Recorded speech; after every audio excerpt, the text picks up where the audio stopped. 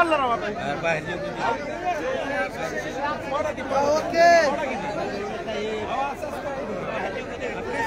गर्दीने भरलेला बावडा गावचा बाजारपेठ पाहिला आणि हर्षवर्धन भाऊ पाटील यांच्यावरती प्रेम करणारा हा जनसमुदाय. नमस्कार. आज आपल्या बावडा आणि बावडा परिषदेनं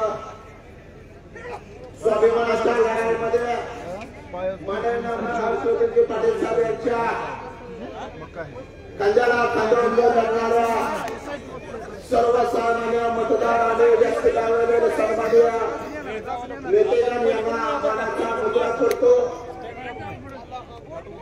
मित्रांनो, उद्या होऊ घातलेल्या 2024च्या निमित्तानं देशाचे नेते आदरणीय सन्माननीय डॉ. पवार साहेब यांच्या राष्ट्रवादी काँग्रेस पक्षाचे अधिकृत उमेदवार म्हणून महाविकास आघाडी गठबंधन शिवसेना उद्धव बाळासाहेब ठाकरे, काँग्रेस राहुल गांधीजी आणि पवार साहेबांच्या विचाराचा शिलेदार म्हणून सन्माननीय नामदार व 2024 तुम्ही सगळ्यांनी निवडून उद्याच्या 20 तारखेला निवडणुकीच्या निमित्तानं मतदान देणारे माननीय नामदार हर्षवर्धन पाटील साहेब, सन्माननीय विचारपीठ समोर बसलेले सर्व माझ्या जनसमर्थकांना वंदन करतो. पत्रकार मित्रांना वंदन करतो. मित्रांनो, ही निवडणूक तुमच्या माझ्या प्रपंचाची, तुमच्या माझ्या अस्मितेच्या आणि महाराष्ट्राच्या स्वाभिमानाच्या. या निवडणुकीमध्ये तुम्हाला मला एक निर्णय घ्यायचा. 2024च्या निवडणुकीमध्ये उद्या होऊ घातलेल्या 2024च्या निवडणुकीमध्ये आणि 20 तारखेला तुतारी फुकणाऱ्या माणसासमोरचं बटन दाबून माननीय नामदार हर्षवर्धन भाऊंना मुंबईच्या विधानसभा पाठवण्याची जबाबदारी आदरणीय पवार साहेबांनी गेल्या 1 महिन्यापूर्वी प्रवेशाच्या टायमाला घेतलेल्या या भागातील पंचक्रोशीतील स्वाभिमानी मतदारांना माझं आव्हान आहे. अरे गोली चले बारूद चले बचे अगर बम, अरे गोली चले बारूद चले बचे अगर बम, अरे दुनिया वालों से दिखला देंगे कि शरद चंद्र जी पवार साहब का हर्षवर्धन पटेल नहीं किसी से कम, नहीं किसी से कम. अरे माथानं सागर भर पाणी प्यावा, माथानं सागर भर पाणी प्यावा असा काळ उजळला होता वेळा. शिवशाह फुले आंबेडकरांनी तुझ्या माझ्या तोंडाच्या गुलामगिरीच्या वेळा गुलामगिरी. अरे गुलामाला गुलामाची जाणीव करून दिल्याशिवाय तो बंड करून उठणार नाही. ती बंडाची सुरुवात तुम्हाला बंड पावडामधून करायची हे सांगण्याच्या करता स्वाभिमानाची लढाई आणि स्वाभिमानाची शक्ती तुमच्यामध्ये देण्याच्या करता जाणवत आहे. मित्रांनो, माझ्या आपल्याला नम्रतापूर्वक विनंती आहे. झालं गेलं गंगेला मिळाला 10 वर्ष तुम्ही आणि मी अन्याय सहन केलेला आहे. अन्यायाची प्रेमी भासते माननीय श्री दत्तमामा भरणे यांनी या जागेवर प्रचंड मोठ्या प्रमाणामध्ये अन्याय केलेला आहे. अन्याय यासाठी केलेला आहे. गेल्या 10 वर्षामध्ये खडक असल्याचं पाणी असेल, निराभिमाचं पाणी असेल, या पाण्याच्या माध्यमातून शेतकऱ्यावर या भागात हेर पाणी जे असेल, संसर्गचं पाणी असेल, शेतकरी तळवातलं पाणी असेल, ती देण्याच्या भूमिकेमध्ये नामदार हर्षवर्धन पाटलांची भूमिका योग्य होती. की आज तालुक्यातल्या जनतेला 10 वर्षानंतर कळाले. त्याबद्दल मी तालुक्यातल्या जनतेच्या मनापासून आभार व्यक्त करतो. या जगातला स्वाभिमानी काय आहे? तो शेतकरी आहे. या जगाचा वसुंधरा कोण आहे? तो शेतकरी आहे. शेतकरी यासाठी सांगतो मित्रांनो, माझ्या आपल्याला नम्रतेपूर्वक शेतीचा तुझा भाव वाढाय का? अजिबात नाही. शेतकऱ्याची कर्जमाफी होते का? अजिबात नाही. शेतकऱ्यांची वीज माफी होते का? अजिबात नाही. आणि शेतकऱ्याची कर्जमाफी होते का? अजिबात नाही. हे करून घेण्याच्या करता उद्याच्या 20 तारखेला तुम्हाला मला निर्णय घ्यावा लागेल की आपल्याला आदरणीय पवार साहेबांच्या विचाराचा, सुप्रियाताईंच्या विचाराचा, रोहित दादाच्या विचाराचा, शर्मिला वहिनीच्या विचाराचा हर्षवर्धन पाटील विधानसभेमध्ये द्या आणि तुमची कामं करून द्या हे सांगण्याच्या करता सभेचं आयोजन केलेलं आहे. माझे मित्रांनो, आपल्याला नम्रतेने आपण सामाजिक धोरण समाजाच्या जनजागृती करण्याच्या करता आपल्याला सगळ्याला निर्णय घ्यायचा. जाती जातीमध्ये भांडे लावली जातात. केंद्र आणि राज्य सांगते. काल परवाची गोष्ट आहे मित्रांनो. ओबीसी असेल, मराठा असेल, धनगर असेल, लिंगायत असेल आणि मुस्लिम असेल याच्यामध्ये वाद लावण्याचा काम हे षडयंत्र फार मोठ्या मनामध्ये प्रचंड प्रमाणावर या देशामध्ये चालू आहे. याच्यामध्ये आपल्याकडे जनजागृती झाली पाहिजे मित्रांनो. काल परवाची गोष्ट आहे. ओबीसी असेल, ओबीसी मध्ये सांगितलं जाते मराठा तुमचा विरोधक आहे, मराठ्यांना सांगितलं धनगर तुमचा विरोधक आहे, धनगरांना सांगितलं जाते मराठा तुमचा विरोधक आहे आणि सगळ्या जाती धर्माला सांगितलं मुसलमानांना तुमचे सगळे विरोधक आहे. मुसलमानाच्या 5% आरक्षणाची जबाबदारी आणि संरक्षणाची जबाबदारी माननीय शरदचंद्रजी पवार साहेब असतील, माननीय पवार साहेब असतील आणि आम्ही हर्षवर्धन भाऊंच्या नेतृत्वाने घेण्याची जबाबदारी आम्ही सगळ्यांना घेतली आहे. मित्रांनो, आंतरवाली सनाटीचा विषय तुम्हाला सांगतोय. मुद्दाम हा विषय तुमच्यापाशी काल परवाच्या 1 वर्षापूर्वीचे आहे.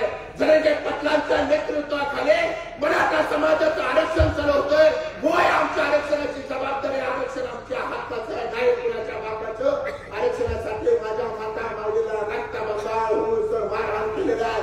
त्या फडणवीस सरकारनं, त्या एकनाथ शिंदेच्या सरकारनं, अजितदादाच्या सरकारनं त्याचा बदला घेण्याच्या करता परिवर्तन करायचे म्हणून हर्षवर्धन पाटलांना तुम्हाला निर्णय घ्यायचा. आणि जय मल्हार, जय मल्हार म्हणून माझा स्वाभिमानी धनगर समाज पंढरपुराच्या विठोबाचं दर्शन घेतोय.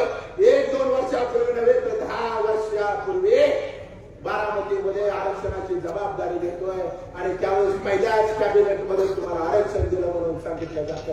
आरक्षण तर सोडा पण आमच्या 10,000 कोटी सध्या तुम्ही संदर्भात घोषणा केली की माध्यमोळ मिळाले. आरक्षणाचा मुद्दा ग्रंथामध्ये घातला. आरक्षण तर सोडा, आमच्या तोंडाला पाणी पुसण्याचं काम तुम्ही सरकारने केले. त्या सरकारला तुम्हाला गाळायचंय म्हणून खऱ्या अर्थानं तुम्हाला आम्हाला सगळ्यांना एकत्र होण्याची काळाची गरज आहे. आता गडबडाच्या बाबत मला तुम्हाला सांगतो, महाविकास आघाडीचं सरकार हर्षवर्धन भाऊंच्या नेतृत्वाखाली आणायचं आहे. मित्रांनो, 1 महिन्यापासून आपण या महाराष्ट्रामध्ये नुसता धुमाकूळ केला. लाडकी बहीण योजना, लाडकी बहीण योजना, अरे होय, लाडकीच आहे. तिचा स्वाभिमानाने तिचा सन्मान करायचा आहे म्हणून आदरणीय पवार साहेब, उद्धव साहेब आणि राहुल गांधींच्या नेतृत्वाखाली तुम्ही 1,500 दिले होते. तुमच्या जर हिंमत होते, तुमच्या जर धमक होते तर का म्हणतात पर्यंत या लोकांना पैसे माझ्या बहिणीला दिले नाही म्हणून सरकारने आपल्या GR मध्ये काढले. आणि आपण सुद्धा पक्षाच्या वतीनं पक्षाचा जो अजेंडा तयार केला त्या अजेंड्यामध्ये सांगले लाडक्या बहिणीला आम्ही 3,000 रुपये देणार, 3,000 रुपये देणार. संरक्षणाची कुटुंबाची जबाबदारी सुद्धा आता तुम्हाला सगळ्यांची आम्ही घेतलेली आहे. भाऊंच्या नेतृत्वाखाली, सुप्रताईंच्या नेतृत्वाखाली 25 लाख रुपयापर्यंत तुमचा आरोग्याचा विमा आणि औषध मोफत उपचार देणार आहे. मित्रांनो, तुम्ही अजिबात काळजी करू नका. समता, स्वातंत्र्य आणि बाबा साहेब आंबेडकरांच्या वतीला मराठवाडा विद्यापीठाचे नामंत्राचे ठिकाणे महामानव परमपूज्य डॉक्टर बाबासाहेब आंबेडकरांचं मराठवाडा विद्यापीठाला नामंत्राची महत्वाची ठिकाणे बलिवालच्या शहरामध्ये दलित सेंटरच्या माध्यमातून होय पवार साहेब समतेला आज त्याची जपण्याचे काम केलं आणि मराठवाड्याला सत्तेला लाथ मारले. पण पवार साहेबांनी मराठवाडा विद्यापीठाला नामांतरण केलं ही आमची पक्षाची भूमिका आहे आणि हे आम्ही करू शकतो हे सांगण्याच्या करता भावनगरामध्ये आलेलो आहे. मित्रांनो, माझे तुम्हाला 50% आरक्षणाचे आम्ही 50%च्या पुढे 60%, 70% आरक्षण करू. पण मराठा समाज असेल, लिंगायत असेल, धनगर असेल, इतर समाजाच्या सगळ्या बांधवांना आम्ही आरक्षण देण्याची जबाबदारी पक्षाचे अध्यक्ष म्हणून आदरणीय पवार साहेबांनी घेतलेले सांगण्याच्या करता तुमच्या मध्ये आल्या. 3 लाखापर्यंत कर्जमाफी आहे. शेतकऱ्यांची कर्जमाफी 72,000 कोटीची करण्याची जबाबदारी आदरणीय पवार साहेबांनी केली. तरी माझ्या आपल्या सर्व विनंती आहे की आपण झालं गेलं अरे काल घड्याच्या भीतून लिहून ठेवा. उद्याच्या 20 तारखेला तुतारी समोरचं बटन दाबायचं आणि हर्षवर्धन पाटील साहेबांना आपल्याला प्रचंड बहुमताने निवडून द्यायचं हे सांगण्याच्या करता आम्ही तुमच्या गावामध्ये आलेलो आहे. मित्रांनो, आपण सर्वांनी सजग राहा. कुठल्याही गोष्टीला, कुठल्याही जातीवादाला जर जातीवाद करायचा असेल तर एकच गोष्ट सांगतो,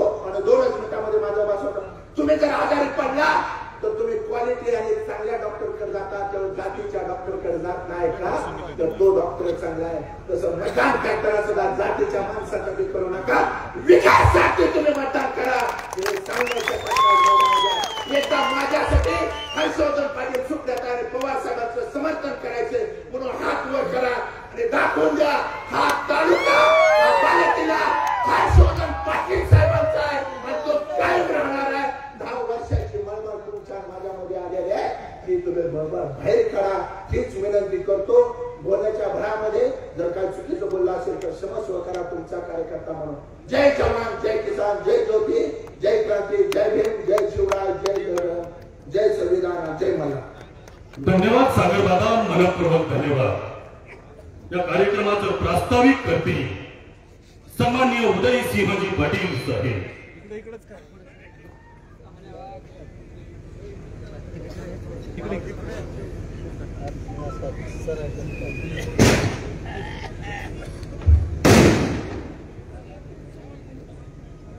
आपल्या गावचे सुपुत्र, आपल्या सर्वांचे नेते आदरणीय हर्षवर्धन पाटील साहेब उर्फ भाऊ यांच्या 20 तारखेला होणाऱ्या निवडणुकीच्या प्रचार दौऱ्यानिमित्त आज आपल्या बावडा येथे जी आपली सभा आयोजित केली त्यासाठी उपस्थित असलेले आपले सर्वांचे लाडके नेते उमेदवार माननीय हर्षवर्धन पाटील साहेब उर्फ भाऊ, आपल्या राष्ट्रवादी पक्षाचे तालुकाध्यक्ष केशव पाटील, शिवसेना उद्धव ठाकरे गटाचे अध्यक्ष नितीन शिंदे, अंकिताताई आणि स्टेजवरचे सर्व उपस्थित. मी काय फार वेळ घेणार नाही, पण भाऊ आज आपल्या बावडे गावातील जिल्हा परिषद गटाची ही आपली विधानसभेच्या निवडणुकीसाठी जी आज सभा आहे हे आज समोरची जनता आपल्यावर प्रेम करणारी जनता आहे. आज आपण 1 महिना झाला बघतोय ज्यावेळी पवार साहेबांच्या राष्ट्रवादी पक्षामध्ये भाऊंनी प्रवेश केला त्यानंतर काही लोक तालुक्यामध्ये साहेबांवर काही व्यक्तिगत टीका करतात, काही लोक आपल्या राजकीय दृष्टिकोनातून सोडून गेली. पण आज ही निवडणूक समोरच्या पूर्ण आपल्या जनतेने आज समोर आपल्या हाती घेतलेली आहे. आज मी फक्त कालच एक सभा अध्यक्ष काल सभा इथल्या आमदारची झाली आपल्याला दाखवतो तिथं 25% सुद्धा लोक समोर असे त्या सभेसाठी नव्हते. 10 वर्षामध्ये त्या विद्यमान आमदारने आता एवढ्या हजारो कोटीच्या गप्पा मारतो. काय आपले प्रश्न आहेत समोर बसलेले आपण सर्वजण 90% शेतकरी वर्ग या भागाचा काय प्रश्न आहे?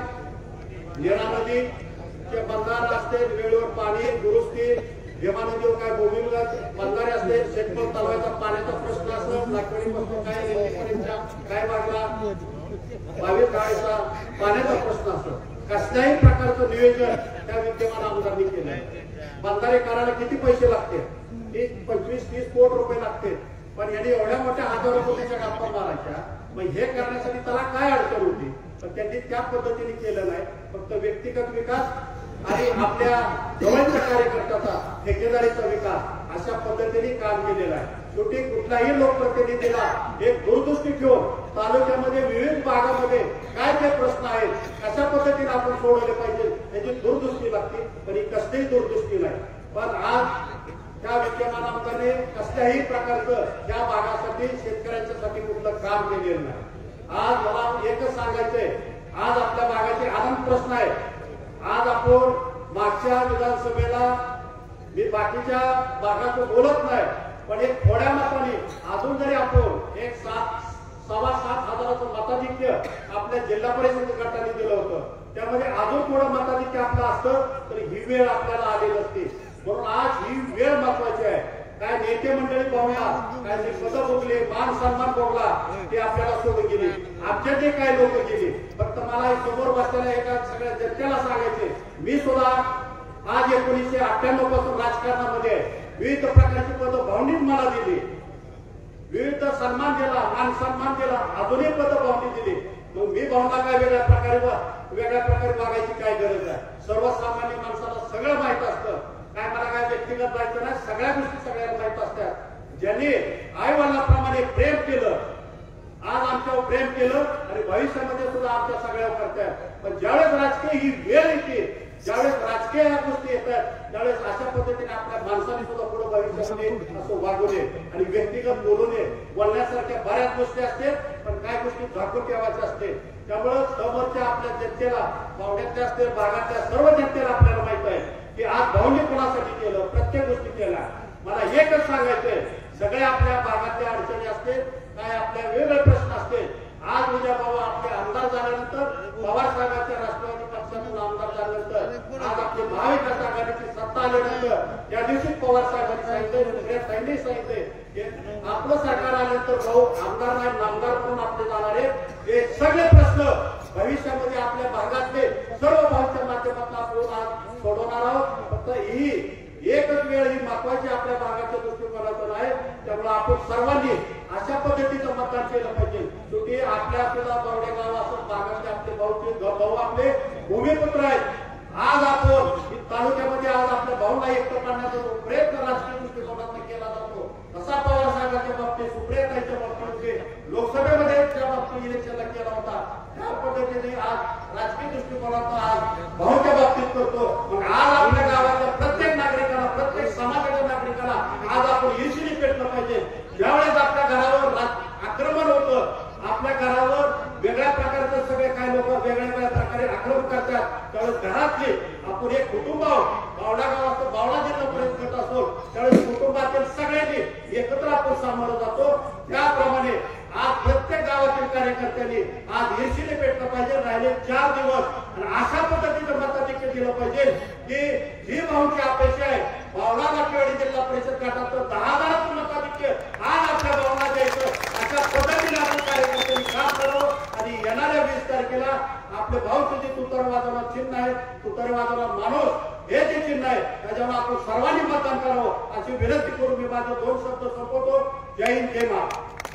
धन्यवाद साहेब, मनपूर्वक धन्यवाद. यानंतर अमरसिंहजी पाटील यांना विनंती, आपण आपलं मनोगत या ठिकाणी व्यक्त करावं.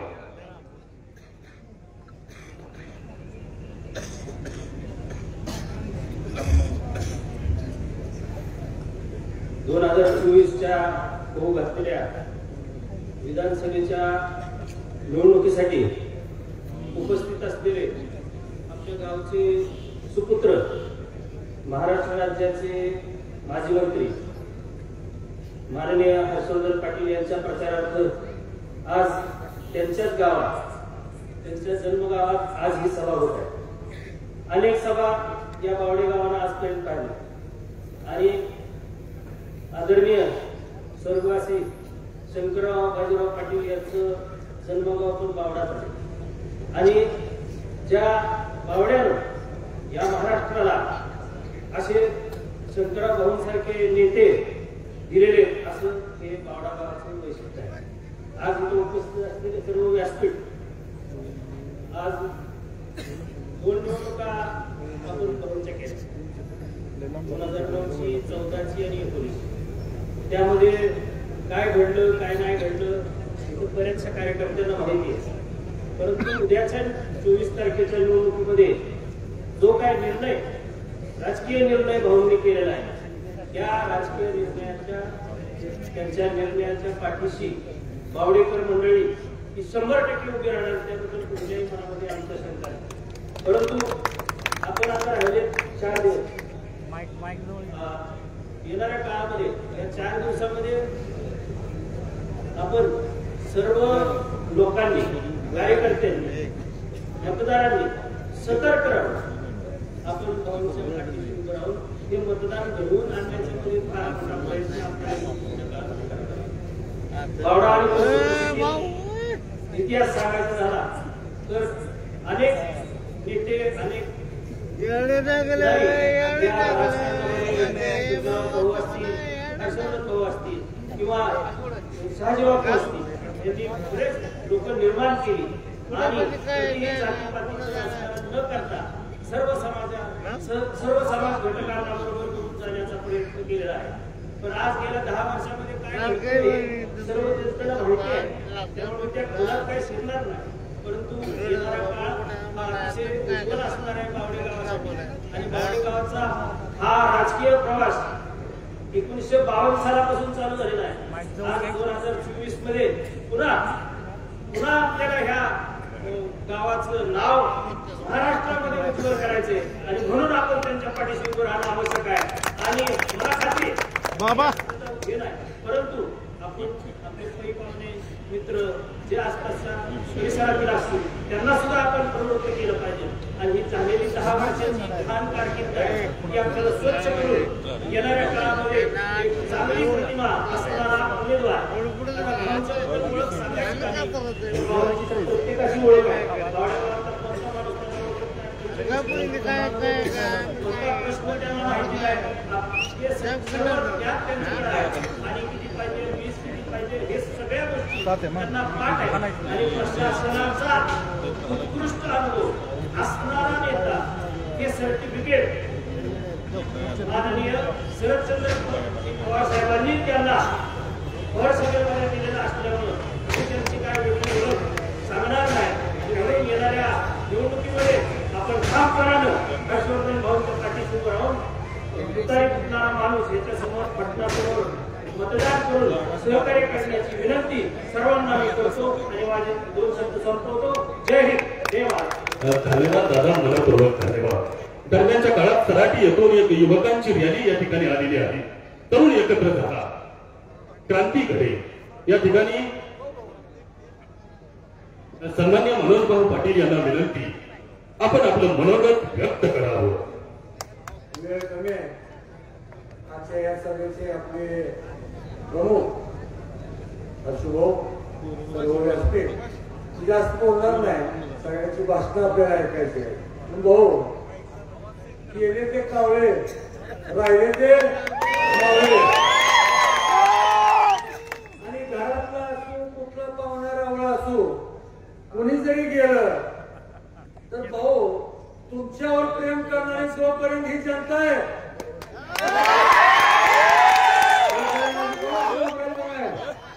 आणि ही जनताच आज आपला झेंडा, तुमचा झेंडा पवार साहेबांच्या नेतृत्वाखाली विधानसभेत लावल्याशिवाय राहणार नाही. जय हिंद, जय महाराष्ट्र.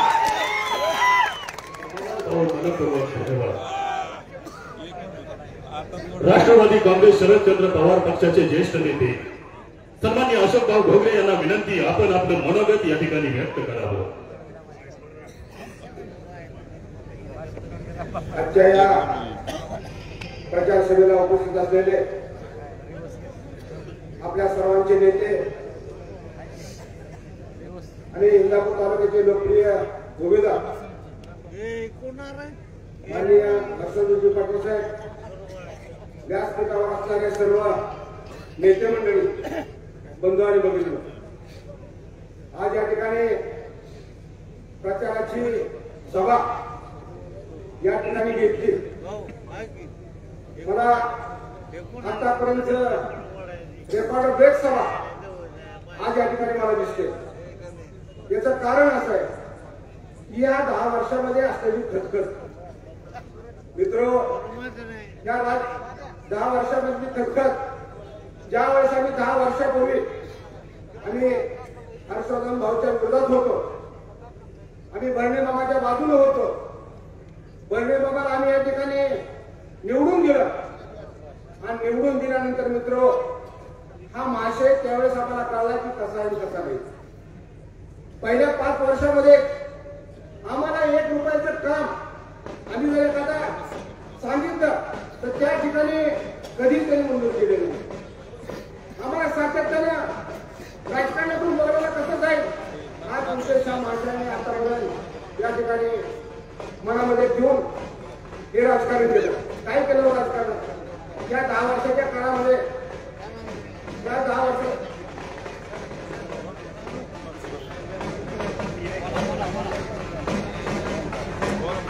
वर्षाच्या काळामध्ये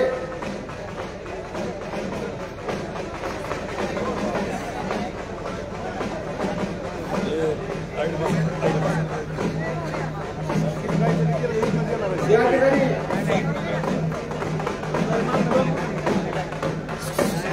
पुढे सर पुढे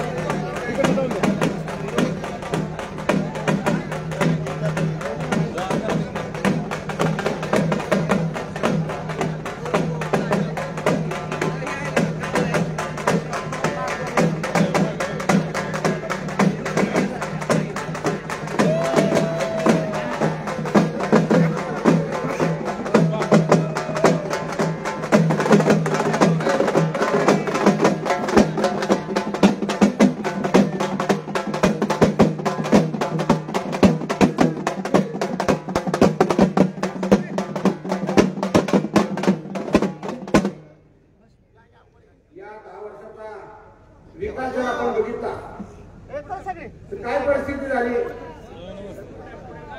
या पुढे या पुढे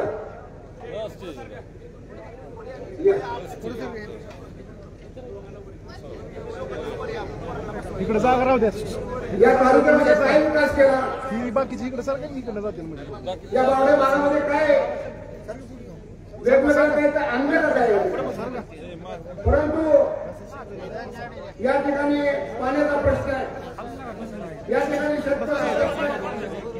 लोकप्रतिनिधी कसा असला पाहिजे काय केलं पाहिजे एवढं मोठं शेतकरी तलाव आपला या तलावाचं नियोजन कधी झालं का तेलपर्यंत लोकांना पाणी कधी मिळालं का परंतु मित्र मला या ठिकाणी अवलंबून सांगायचं जे राजकारण केलं ते आमच्या जीवावर केलं जे आमदार झाले ते आमच्या जीवावर झाले मित्र आम्ही आमच्या जीवनातली एवढी मोठी चूक केली की हर्षवर्धन पाटलाचा पराभव केला आणि हे असलं बेनं या तालुक्यामध्ये लागलं आम्ही 419 म्हणून लागलो परंतु 420 निघालं त्याला काही इलाज नाही काय करणार म्हणून काळजी करू नका भरलेलं आम्ही जाणलं होतं भरलेलं आम्हीच काढणार आहे या ठिकाणी बसलेली जनता पाडणार काय करताय येत आहे गावात त्याला खुश करतोय दुसऱ्याच्या हात टाकतंय गोड गोड बोलतोय त्याचं एक उदाहरण सांगतो तुम्हाला काय तुम्हाला जाईल तुम्हाला माहित आहे का नाही कुणाच ते घसरगुंडी असते ना घसरगुंडी लहान मुलांची ती घसरगुंडी खेळायला गेलं गडी मध्ये अडकून बसला शेवटी ती वडून लावायला लागलं असतो आम्हाला असतो विचार तरी करायला पाहिजे म्हणजे त्या मुलांना आपल्याबद्दल प्रेम तयार व्हावं हे एवढीच गोळी आमच्या पण फार मोठ्या चुका झाल्या जोपर्यंत हर्षवर्धन पाटील साहेब मोठे होते कॅबिनेट होते मंत्री त्या ठिकाणी मंत्री म्हणून होते तोपर्यंत आमच्या सरकार विरोधात जरी असला तरी आमचा सन्मान होता आम्हाला या म्हणायची आम्हाला बसा बसा म्हणायची परंतु हर्षवर्धन पाटील ज्यावेळेस सत्तेतून बाहेर आले मित्र त्या ठिकाणची कार्यकर्त्यांची अवस्था काय झाली मला सांगा ठीक आहे माझ्यासारखा कार्यकर्ता सक्षम होता माझ्यासारखा कार्यकर्ता सक्षम होता म्हणून आम्ही जिंकलो परंतु किती राजकारणाची नीती नीतीमध्ये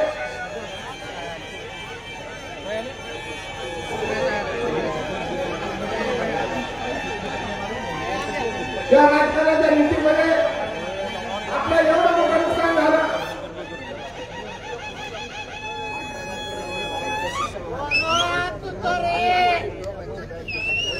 या ठिकाणी खासदार साहेब या ठिकाणी तुझी उपस्थिती झाली त्यांच्या टाळ्या वाजवून सांगण्याचे स्वागत करावं आणि मंचावरती आगमन होतंय साहेब या ठिकाणी उपस्थित राहतात माढा लोकसभेचे लोकप्रिय खासदार सन्मान्य धैर्यशील जी मोहिते पाटील टाळ्याच्या कडकडाटात दादांचं आपण स्वागत करायचंय या ठिकाणी स्वागत करतो या ठिकाणी मित्र या तालुक्याचं राजकारणामध्ये वर्तुळ कसं झालं मी थोडक्यामध्ये सांगतो भाऊ तुमच्या जवळ काही मंडळी होते तुमच्या जवळची होते त्यांना तुम्ही पदं दिली त्यांना तुम्ही मान सन्मान दिला काही काळानंतर ती मंडळी आमच्याकडे आली तुमच्याकडच्या मंडळी खाऊन आमच्याकडे आली आम्ही या ठिकाणी आल्यानंतर आम्ही साहेबांना सांगून आयुष्याला सांगून त्या ठिकाणी महामंडळ दिलं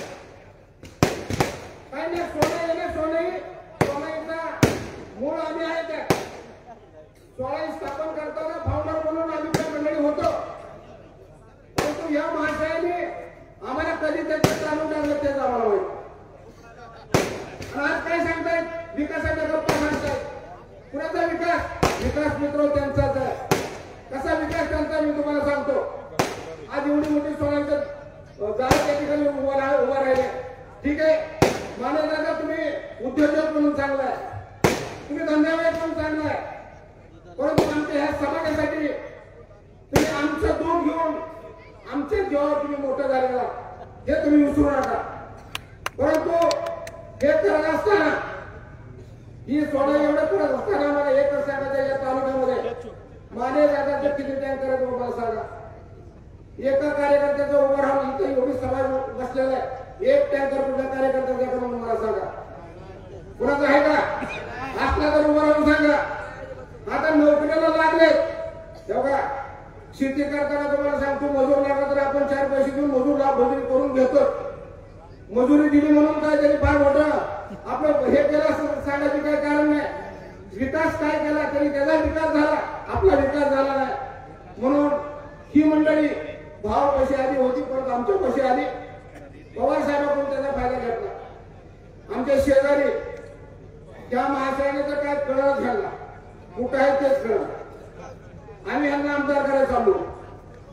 पीडीसी बँक आहे ना, पीडीसी बँक त्याला डायरेक्टर करा अशोक भोगरेकर कार्य होते.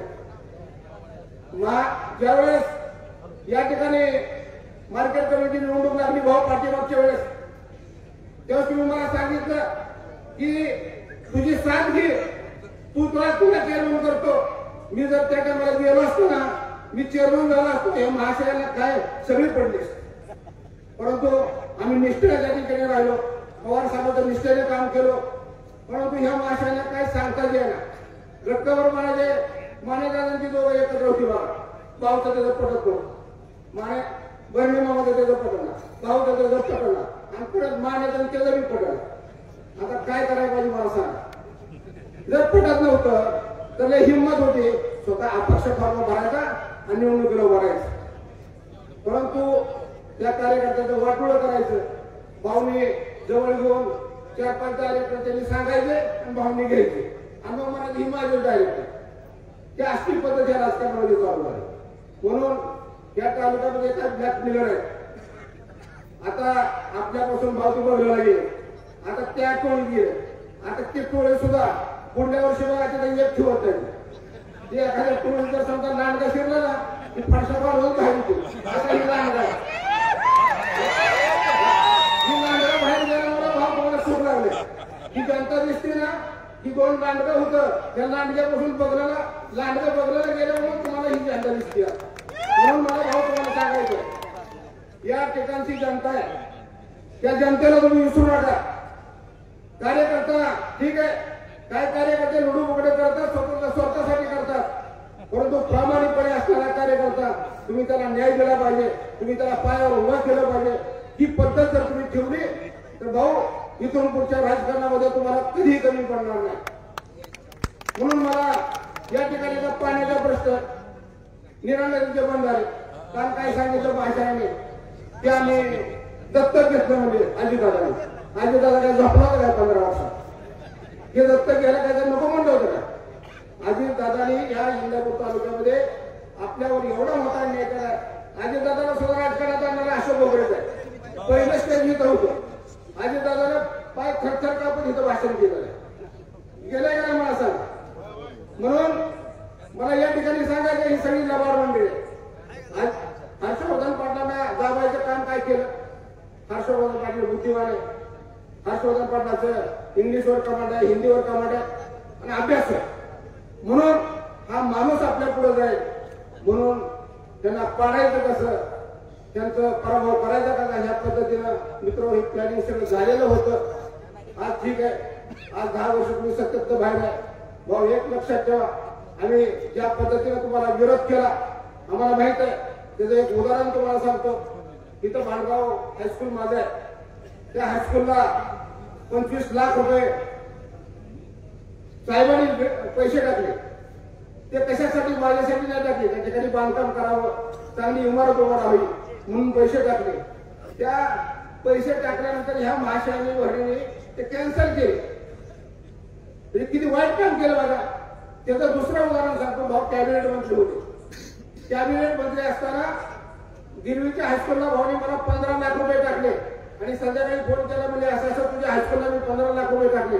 मी त्यांना म्हणलं, भाऊ मी तुम्हाला विरोध केला, तुम्ही मला पैसे कसे टाकले? अरे नाही म्हणजे तिथल्या विद्यार्थ्यांना त्याचा फायदा होईल त्या उद्देशाने. म्हणजे बुद्धी आणि ह्याच्यात किती फरक आहे ह्याचा विचार तुम्ही करा. आज या ठिकाणी ज्यावेळेस भाऊने राष्ट्रवादी काँग्रेसमध्ये प्रवेश केला त्याच्या आधीचं उदाहरण सांगतो. मला साहेबांनी बोलून घेतलं.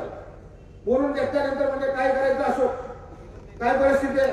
मी म्हणलं साहेब या 2 उमेदवारांना जर तुम्ही दिलं तर ही काय निवडून येणार नाही, म्हणजे ही बी येणार नाही ती बी येणार नाही. मग म्हणजे काय करावं लागेल.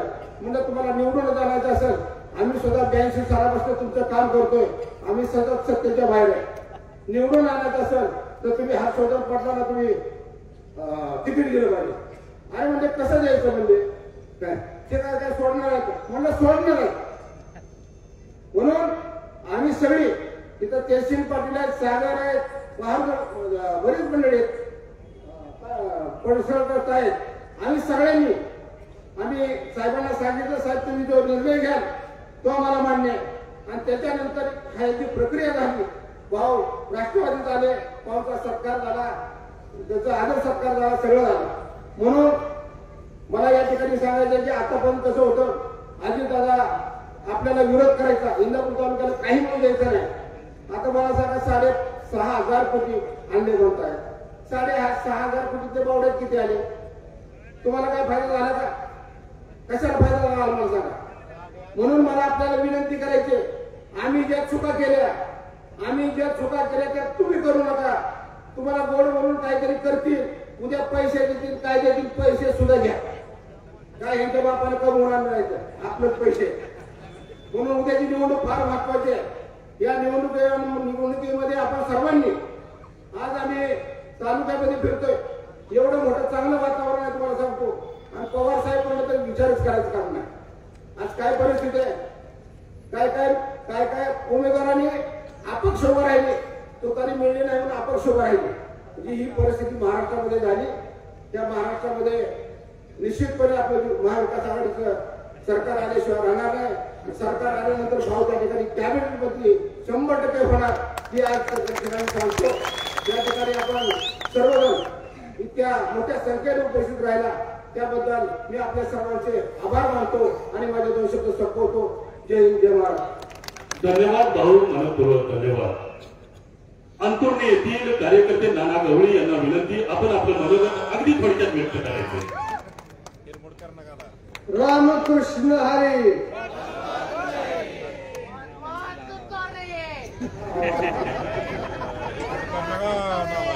आवाज कसा आला पाहिजे. रामकृष्ण हरी, रामकृष्ण हरी. आज या ठिकाणी आपल्या सर्वांचे लाडके नेते आणि तुमचा आमचा स्वाभिमान, आपल्या सर्वांना आज या ठिकाणी बाहूंच्या प्रचारार्थ सकाळीच मला बाहूंचा कॉल आला.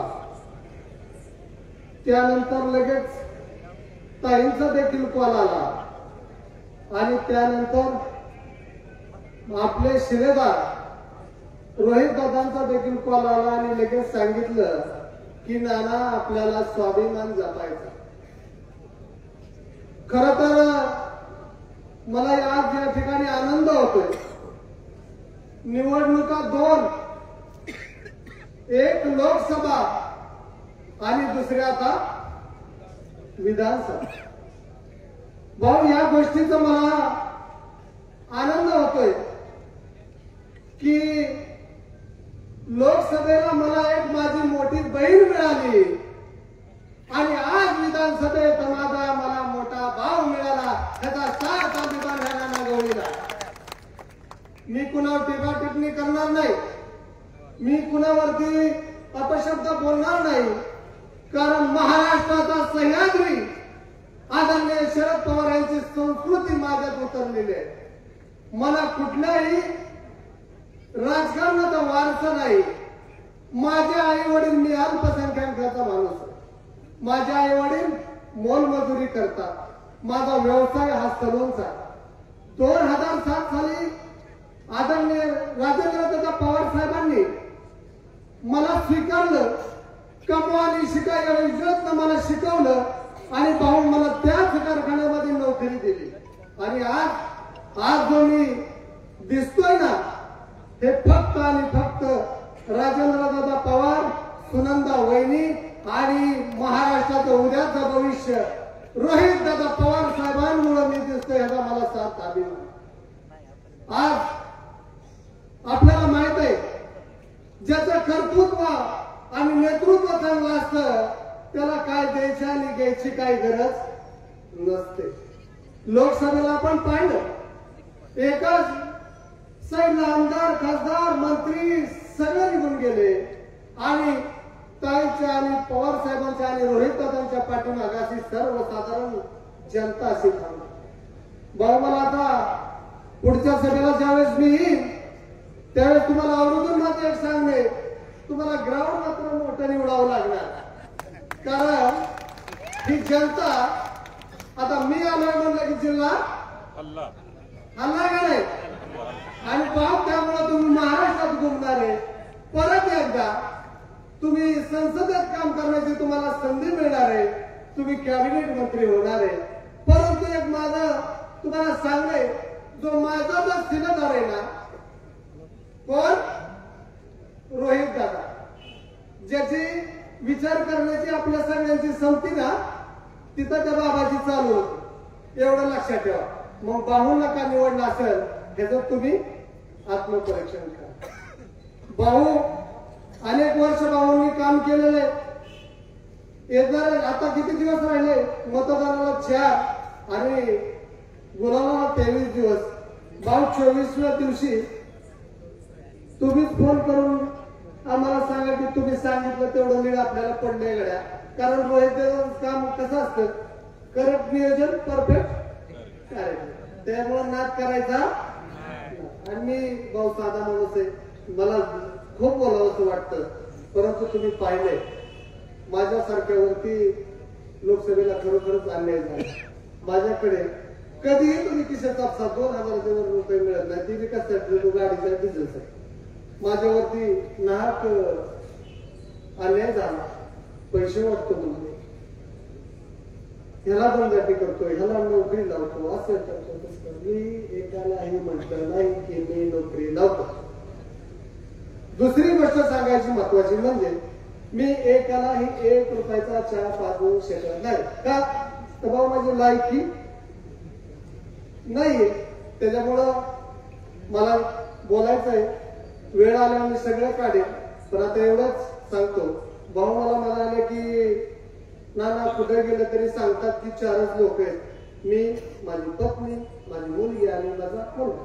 भाऊ तुमचा धाकटा मुलगा म्हणून मी आता 5वा आलो आणि जनता तुमच्या समोर आल्यामुळे तुम्हाला काही द्यायची काही कारण नाही. येणाऱ्या 23 तारखेला गुलाल आपलाच आहे हे निश्चित सांगतो. आणि दुसरी गोष्ट जाता जाता एकच सांगतो की आमचा जो शिलेदार आहे रोहित दादा, हा रोहित दादा इतका साधा माणूस आहे. मी पाठीमागे 2018 पासून तिथं काम करतो जामखेडला करत असताना निवडून आले. मी दादाला म्हणलं दादा काहीतरी आता सगळंच आपलं सरकारला काहीतरी पद घ्या की. दादा म्हणलं काय करायचं आपल्याला पदाची निवड काय काम. तर अशा दमदाट्या होत्या. उद्या काय होत्या तर रोहित दादांना तुम्ही हे करायचं आणि रोहित दादांना मात्र गृहमंत्री पद द्यायचं. म्हणजे मला कुठे कुठे त्रास दिला ते मात्र काटा वाचायला करायचं. मी दादांना म्हणणार दादा आता 4 महिने झाले, अजून 4 वर्ष काम करतो कुठेही सांग गृहमंत्री घ्या. त्यामुळं जास्त काही मी बोलत नाही.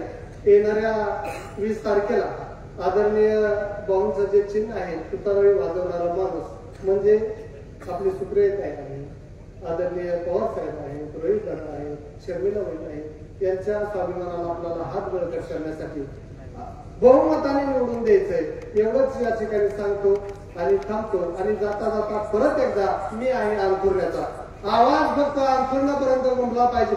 रामकृष्ण हरी, रामकृष्ण हरी, जय हिंद, जय महाराष्ट्र. धन्यवाद नानासाहेब गवळी, मनपूर्वक धन्यवाद. पुणे जिल्हा परिषदेच्या विद्यमान सदस्या सौभाग्यवती अंकिताताई पाटील ठाकरे यांना विनंती, आपण आपलं मनोगत या ठिकाणी व्यक्त करावं.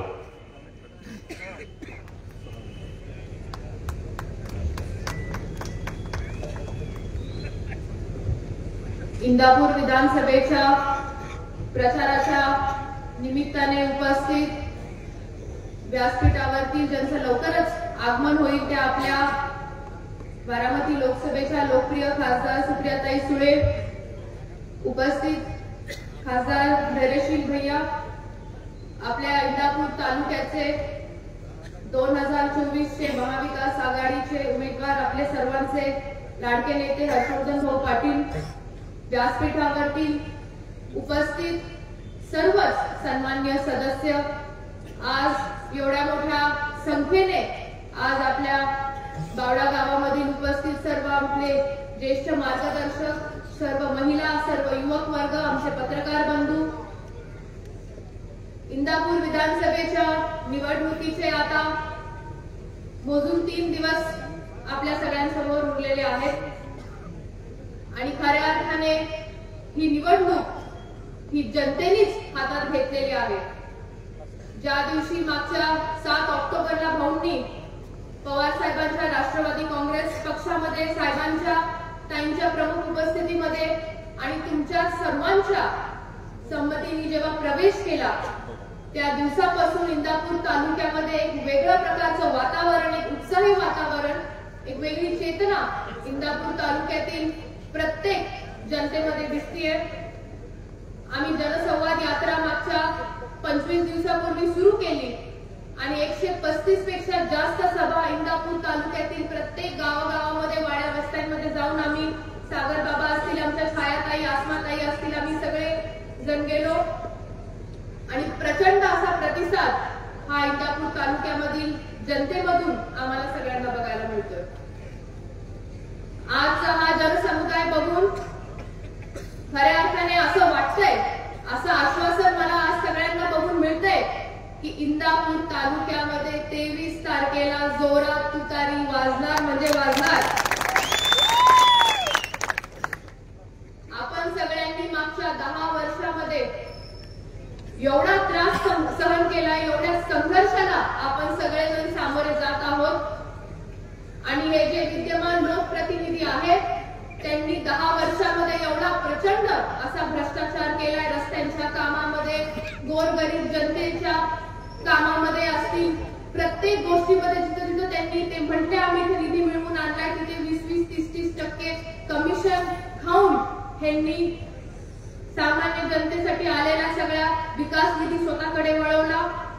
काठी भागामध्ये आम्ही त्या दिवशी गेलो, आमची सभा होती, एकाच रस्त्यावर 1 कोटी रुपयाचा निधी 4 वेळा टाकला आणि एकदा सुद्धा रस्ता केला नाही. वरचे 4 कोटी रुपये असेच वरच्यावर ह्या लोकप्रतिनिधींनी, त्यांचे जे 4 कॉन्ट्रॅक्टर आहेत त्यांनी वरच्यावर लंपास केले. सांगण्यासारखे असे भरपूर त्यांचे प्रकरण आहेत. आज तुम्ही बघताय इंदापूर तालुक्याची संस्कृती, जी मोठ्या भाऊंनी जो इंदापूर तालुका घडवला, घोलपतात त्यांचा त्याच्यामध्ये पण महत्वाचा सहभाग होता आणि तीच संस्कृती आपल्या गावचे सुपुत्र भाऊंनी मागच्या 25 वर्षामध्ये जपली. आणि आज काय परिस्थिती झाली आपल्या तालुक्याची. आज या विरोधकांनी माणसात माणूस ठेवला नाही. समाजामध्ये द्वेष निर्माण करण्याचं काम या विरोधकांकडून केलं जात आहे. घरं फोडण्याचं काम या विरोधकांकडून केलं जात आहे.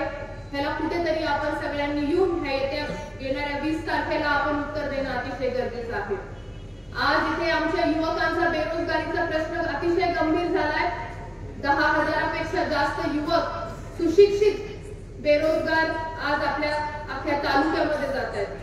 प्रत्येक गावामध्ये आम्ही जातोय, 100, 200, 300 मुलं आज 30-35 वर्षाचे वयोगटामधले शिक्षण घेऊन आज घरी बसले, त्यांच्या 2 हाताला काम नाहीये. आज 35 ते 40 वयोगटातले पण भरपूर युवक आहेत ज्यांचं आज त्यांचं लग्न जमलंय, त्यांना आज तुम्ही मुली द्यायला तयार नाही कारण आज ते बेरोजगार आहेत. हे सगळ्या गोष्टी आपण येणाऱ्या काळामध्ये लक्षात घेतलं पाहिजे. जे हे विद्यमान लोकप्रतिनिधी आहेत त्यांनी मागच्या 10 वर्षामध्ये एक तरी नवा व्यवसाय प्रकल्प इंदापूर तालुक्यामध्ये आणला का? बावड्या गावामध्ये एका तरी व्यक्तीला त्यांनी मागच्या 10 वर्षामध्ये नोकरी लावली का? हा प्रश्न सुद्धा आता विचारण्याची खऱ्या अर्थाने वेळ आलेली आहे. एक शिक्षण संस्था काढली नाही, एक शाळा काढली नाही, एका युवकाला सुद्धा तिचं शिक्षण प्राप्त होण्याची संधी त्यांनी मिळवून दिली नाही. अशा प्रकारे आज सुरक्षित बेरोजगाराची संख्या आज आपल्या तालुक्यामध्ये वाढलेली आहे. मोठ्या भाऊंपासून हर्षभाऊंनी जे शिक्षण संस्था मागच्या 50 वर्षामध्ये आपल्या तालुक्यामध्ये निर्माण केल्या, त्याच्यामध्ये आपल्या इथं भागामध्ये शिवाजी एज्युकेशन सोसायटी असेल, इंदापूर शिक्षण प्रसारक मंडळ असेल, वहिनींच्या मार्गदर्शनाखाली SD पाटील शिक्षण संस्था आपल्या गावड्या भागामध्ये सुरू केली. त्याच्यामुळे चांगल्या क्वालिटीचं दर्जेदार शिक्षण द्यायचं काम हे आपल्या पूर्ण तालुक्यामधील आपल्या गावामध्ये युवकांना ही शिक्षणाची संधी मोठ्या भाऊंपासून आपल्या हर्षभाऊंपासून आणि वहिनी साहेबांच्या मार्गदर्शनाखाली आज मिळाली. आज हे आपले सगळे चांगल्या पद्धतीचं शिक्षण आज हे आपल्या सगळ्या संस्थेमध्ये आपले सर्व इकडचे घेत आहेत. आज जर तुम्ही बघितलं इंदापूर तालुक्यामध्ये मोठ्या प्रमाणात दडपशाहीचं वातावरण आहे. आज आता माझ्या आधीच ज्यांनी भाषण केलं नाना गवळी, लोकसभेच्या निवडणुकीच्या वेळेस जेव्हा मतदान आपण सगळे करत होता तेव्हा 10 वाजता एक व्हिडिओ सगळ्यांसमोर आला आणि त्या व्हिडिओमध्ये तुम्ही सगळ्यांनी बघितलं कशा प्रकारची दमदाटी, कशा प्रकारची शिवीगाळ होत होती आणि ज्यांच्यावर होत होती ते आज आपल्या इकडे उपस्थित आहेत आणि ते आपल्याला समर्थन देत आहेत. अशा संस्कृतीच्या वातावरणामध्ये आपण आपली पुढची पिढी घडवायची आहे का, हा खरा प्रश्न विचारण्याची आज इथे वेळ आलेली आहे. आज भर दिवसा इंदापूर शहरामध्ये तहसीलदारांवर हल्ला होतोय. आज इंदापूर तालुक्याचे तहसीलदार सुरक्षित नसतील तर तुमच्या आमची काय गत असणार आहे. आज महिला सुरक्षतेचा प्रश्न अतिशय गंभीर झालाय. रोज आमच्याकडे 4 ते 5 महिला अत्याचाराचे केसेस येतात. छायाताई, आसनाताई, आम्ही पोलीस स्टेशनला जातो, कंप्लेंट घेऊन जायला सांगतो आणि आम्ही कंप्लेंट घेऊन गेलो की लगेच वरनं त्यांना जे प्रतिनिधी आहेत त्यांचा फोन येतो आणि त्यांना सांगतात की ह्यांचे काय विषय आहेत ते लिहून घेऊ नका. आणि अशा प्रकारे तुम्हाला सांगते आपल्या महिलांवर होणाऱ्या अत्याचाराचे सुद्धा केसेस आपल्या तालुक्यामध्ये अतिशय जास्त वाढत चाललेले आहेत. आज या विरोधकांनी आमच्या बरोबर भाऊंबरोबर, मोठ्या भाऊंबरोबर ज्यांना भाऊंनी 20-20, 25-25 वर्ष मोठमोठी पदं दिली, मान सन्मान दिला, असे लोक ऐन निवडणुकीच्या काळामध्ये, अशा कठीण काळामध्ये भाऊंना सोडून गेली. आणि सोडून जाताना काय म्हणाले ते की आम्हाला भाऊंनी भरपूर पदं दिली पण आम्ही विकासासाठी तिकडे चाललो. आता कसला विकास, काय विकास? 10 वर्षापासून आपण सगळे बघतोय कशा प्रकारचा विकास. काही सुद्धा विकास झालेला नाही. उलट इंदापूर तालुका हा आपला 20 वर्ष अजून मागे गेलेला आहे. या विरोधकांनी आपलं घर फोडण्याचं सुद्धा काम केलं. आज तुम्हाला मी सांगते म्हणजे घराघरामध्ये सुद्धा द्वेष निर्माण करण्याचं काम त्यांनी केलं. ज्या लोकांच्या बरोबर आम्ही भाऊबीज साजरी केली, जे तुतारीचा प्रचार करत होते, त्यांना जे 11 वाजेपर्यंत तुतारीचा प्रचार करत होते त्यांना 2 वाजता फोडून त्यांनी स्वतःच्या पक्षामध्ये काय विरोधकांनी घेतलं. ठीक आहे, आज लोकशाही आहे, प्रत्येकाला त्यांचं मत अधिकार तो मांडण्याचा प्रश्न असतो. पण आज कुठेतरी भाऊंना एकटं पाडण्याचं काम त्या विरोधकांकडून होत आहे. आज भाऊंनी सगळ्यांना सगळ्या गोष्टी दिल्या, जे मागेल त्या दिल्या. आज आम्ही राजवर्धन असेल मी, आम्ही ज्यांच्या कडेवर घेऊन आम्ही मोठं झालो, त्यांचं बोट धरून आम्ही चालायला शिकलो, ते आमच्यावरती आरोप करतायत, आमच्यावरती आक्षेप घेत आहेत. ही खरंच अत्यंत मनाला वेदना देणारी गोष्ट होती. ठीक आहे, आमच्या बाबतीत तुम्हाला काही म्हणणं असेल तर आम्हाला सांगा, आम्ही परत जातो आमच्या पद्धतीने. पण अशा प्रकारे ज्यांच्या समोर आम्ही वाढलेलो आहोत, ज्यांनी आम्हाला म्हणजे आज खरं तर आमच्या तिन्ही आजी, भाभेजी असतील, मायाजी असतील, दिदीजी असतील, असल्या असत्या तर खऱ्या अर्थाने त्यांच्या मनाला खूप वेदना झाल्या असत्या. पण ठीक आहे, शेवटी आज भाऊंना कुठेतरी एकटं पाडण्याचं राजकारण हे सगळीकडे होतंय. हे झाल्यानंतर आता सुप्रियाताईंशी माझं जेव्हा बोलणं झालं तर ताई म्हटल्या 2 जुलै 2023 असेच सगळे पवार साहेबांना सोडून गेले आणि आमच्याकडे फक्त सामान्य जनता होती आणि आम्ही ताकदीने लढलो आणि जनतेने आम्हाला साथ दिली. त्याच्यामुळे आता तीच परिस्थिती आणि त्याच प्रसंगाची दुर्दैवाने पुनरावृत्ती ही आज आपल्या इंदापूर तालुक्यामध्ये आणि गावडे गावामध्ये निर्माण झालेली आहे. आणि आज भाऊंबरोबर भैया आज फक्त पवार साहेब आहेत, सुप्रियाताई आहेत आणि तुम्ही सगळेजण आहात. त्याच्यामुळे ही निवडणूक ही तुमच्या हातामध्ये आहे. 20 तारखेला मतदान महत्वाचा दिवस आहे. मी आपल्या सगळ्यांना ह्या भागातील जिल्हा परिषद सदस्य म्हणून ज्यांना तुम्ही एवढ्या मला आपुलकीने निवडून दिलं आणि मी भाऊंची लेख म्हणून तुमच्या सगळ्यांसमोर हात जोडते आणि येणाऱ्या 20 तारखेला तुतारी वाजवणारा माणूस या चिन्हासमोरील बटन दाबून आपण भाऊंना प्रचंड बहुमताने विजय करा एवढीच विनंती करते. रामकृष्ण हरी. धन्यवाद ताई, मनपूर्वक धन्यवाद. राष्ट्रवादी काँग्रेस शरदचंद्र पवार पक्ष इंदापूर तालुका अध्यक्ष ऍडव्होकेट तेजसिंह पाटील यांना विनंती, आपण आपलं मनोगत व्यक्त करावं थोडक्यात. त्यांच्या विधानसभेच्या निवडणुकीसाठी आपण येथे ही सभा आयोजित केलेली आहे. ते आपल्या सर्वांच्या येथे इंदापूरचे विधानसभेचे उमेदवार आदरणीय हसमुखजी पाटील साहेब या ठिकाणी आपल्या सर्वांच्या नेत्या आदरणीय खासदार सुप्रियाताई सुळे यांचं आगमन होत आहे. माझी विनंती आहे आपल्याला की आपण त्यांचं टाळेच्या गजरात स्वागत करावं.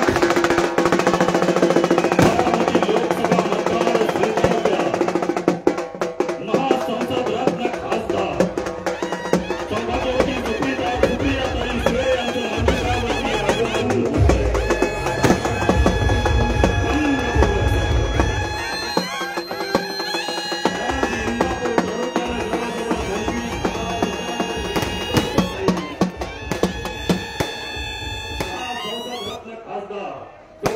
सुप्रियाताई सुळे यांचं मंत्रालयावरती आगमन नम्रपूर्वक स्वागत. आवडेकर ग्रामस्थांच्या वतीने आदरणीय सुप्रियाताई या माढा मतदारसंघाचे खासदार आदरणीय बहिणींनी पहिला माहिती उपस्थित व्यासपीठावर पीठावरील सर्व सन्माननीय आणि माझ्या वकील साहेब एक छोटासा सत्कार झाला.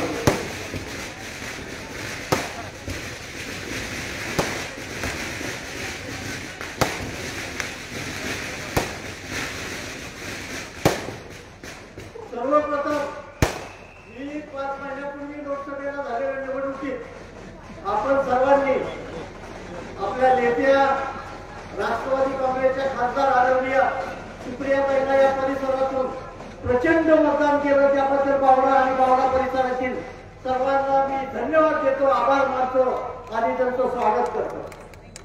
गेल्या लोकसभेच्या निवडणुकीत आदरणीय पवार साहेबांचा करिश्मा आपण सगळ्यांनी पाहिला आणि महाराष्ट्राने ती जनतेने तोंडात बोटं घातली. 10 पैकी 8 खासदार आदरणीय पवार साहेबांच्या नावावर निवडून आले आणि पवार साहेब नावाचं वादळ या महाराष्ट्रात आजही अस्तित्वात आहे याची कल्पना आपल्याला सगळ्यांना दिली. गेल्या अनेक दिवसापासून आम्ही इंदापूर तालुक्यात फिरतोय.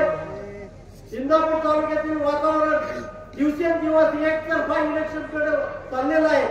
मी पहिल्या सभेत हर्षवर्धन पाटलांच्या प्रवेशाच्या वेळीच सांगितलं होतं की आपला विजय 50,000पेक्षा जास्त मतांनी होईल आणि त्या पद्धतीचं वातावरण गेल्या अनेक दिवसापासून इंदापूर तालुक्यात सुरू आहे. मला आपल्याला सांगायला अतिशय आनंद होतोय. शेजारच्या बारामती तालुक्यात सुद्धा आपल्याला आश्चर्य वाटेल असा निकाल लागण्याची शक्यता आहे. आणि इंदापूरच्या पश्चिम भागात राहत असल्यामुळं बारामती तालुक्यातील प्रत्येक व्यक्तीशी आमचा संपर्क येतो, रोजचा संपर्क असतो. बारामती तालुक्यात सुद्धा अतिशय वेगळं वातावरण आहे आणि राष्ट्रवादी काँग्रेसचा युवा नेता युगेंद्र पवार तिथं सुद्धा निवडून येईल अशी परिस्थिती आहे. मला या ठिकाणी आपण सर्वजण एवढ्या मोठ्या संख्येने उपस्थित राहिला आणि राष्ट्रवादी काँग्रेसने आदरणीय हर्षवर्धन पाटील यांच्यावर प्रेम व्यक्त केलं त्याबद्दल राष्ट्रवादी काँग्रेस पक्षाच्या वतीने मी आपले जाहीर आभार मानतो. येणाऱ्या 20 तारखेला आपण सर्वजणांनी आदरणीय हर्षवर्धन पाटील यांचे जे चिन्ह आहे तुतारी फुंकणारा माणूस या चिन्हासमोरील बटन दाबून त्यांना प्रचंड मताने विजयी करावा असं आव्हान करतो आणि माझं मनोगत संपवतो. जय हिंद, जय महाराष्ट्र. धन्यवाद अध्यक्ष, मनपूर्वक धन्यवाद. माढा लोकसभा मतदारसंघाचे विद्यमान खासदार सन्माननीय धैर्यशील भैया मोहिते पाटील यांना विनंती, आपण आम्हाला मार्गदर्शन करावं.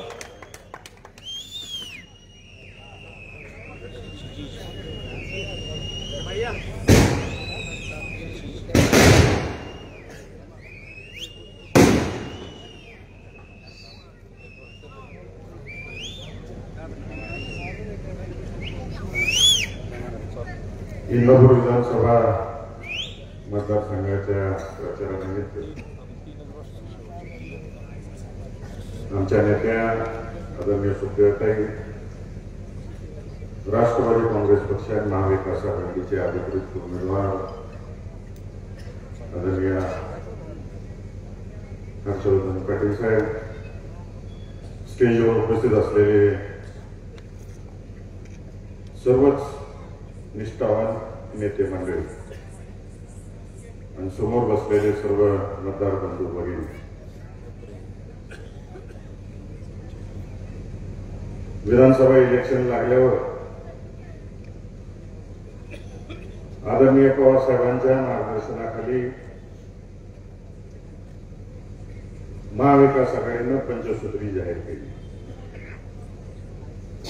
इथं बसलेल्या माता भगिनींना महालक्ष्मी योजनेअंतर्गत 3,000 रुपये द्यायचं ठरवलेलं आहे. आणि दाजीच्या खिशाला चाट लागायला नको. तुम्हाला माहेरी सोडताना किंवा मैत्रिणीकडे जाताना किंवा देवदेव करायला जाताना त्यांचा पेट्रोल खर्च वाचावा म्हणून अख्ख्या महाराष्ट्राभर एसटीचा प्रवास, बसचा प्रवास मोफत करून टाकायची घोषणा केलेली आहे. आता सगळी दाजी लोक म्हणायला लागली आमच्यासाठी काय, 3 लाखापर्यंत पीक कर्ज माफ करायचं सुद्धा आश्वासन आपण दिलं. जे नियमित कर्ज फेड करते अशांसाठी वर्षाला 50,000 रुपये अनुदान द्यायचं ठरवलं. बरीच तरुण मंडळी माझ्याकडे ताव करून बघते आमच्यासाठी काय, तुम्हाला 4,000 रुपये महिन्याला मिळणार आहेत जोपर्यंत नोकरी लागत नाही तोपर्यंत.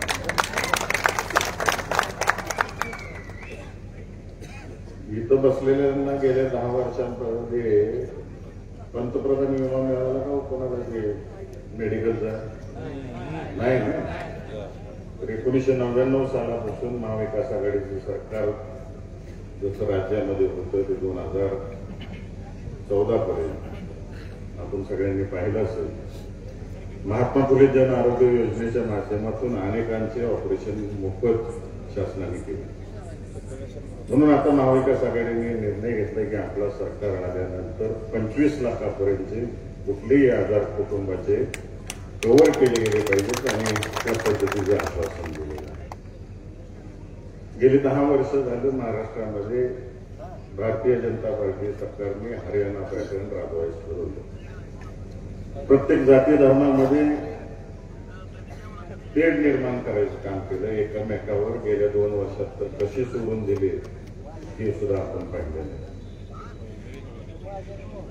म्हणून ज्यावेळेस आपली जनगणना होईल तेव्हा जातनिहाय जनगणना करायचं सरकारने ठरवलेलं आहे. आणि राज्यातील ज्या वंचित समाज आहे, आर्थिकदृष्ट्या असेल, शैक्षणिकदृष्ट्या असेल, सामाजिकदृष्ट्या मागास असेल, अशा प्रत्येक जातीला 50% आरक्षण वाढवून 70 हो 65 हो नियमात बसून आरक्षण द्यायचं ठरवलं. आणि त्यात मराठा समाजाला, धनगर समाजाला, मुस्लिम समाजाला जे वंचित घटक आहेत राज्यामधले त्यांना सगळ्यांना या आरक्षणाचा लाभ मिळवून द्यायचं. आदरणीय भाऊताई, काल मी 3 दिवसापूर्वी पेपर वाचला लोकसत्ता. त्यात पंतप्रधानांचं जे आर्थिक सल्लागार मंडळ आहे त्यांनी जो भारतातल्या प्रत्येक राज्याचा दरडोई उत्पन्नाचा सर्वे केला आणि या सर्वेमध्ये गेल्या 40-50 वर्षामध्ये प्रत्येक राज्याची उलाढाल कशी झाली याच्या बाबतीतली बातमी छापून आली होती.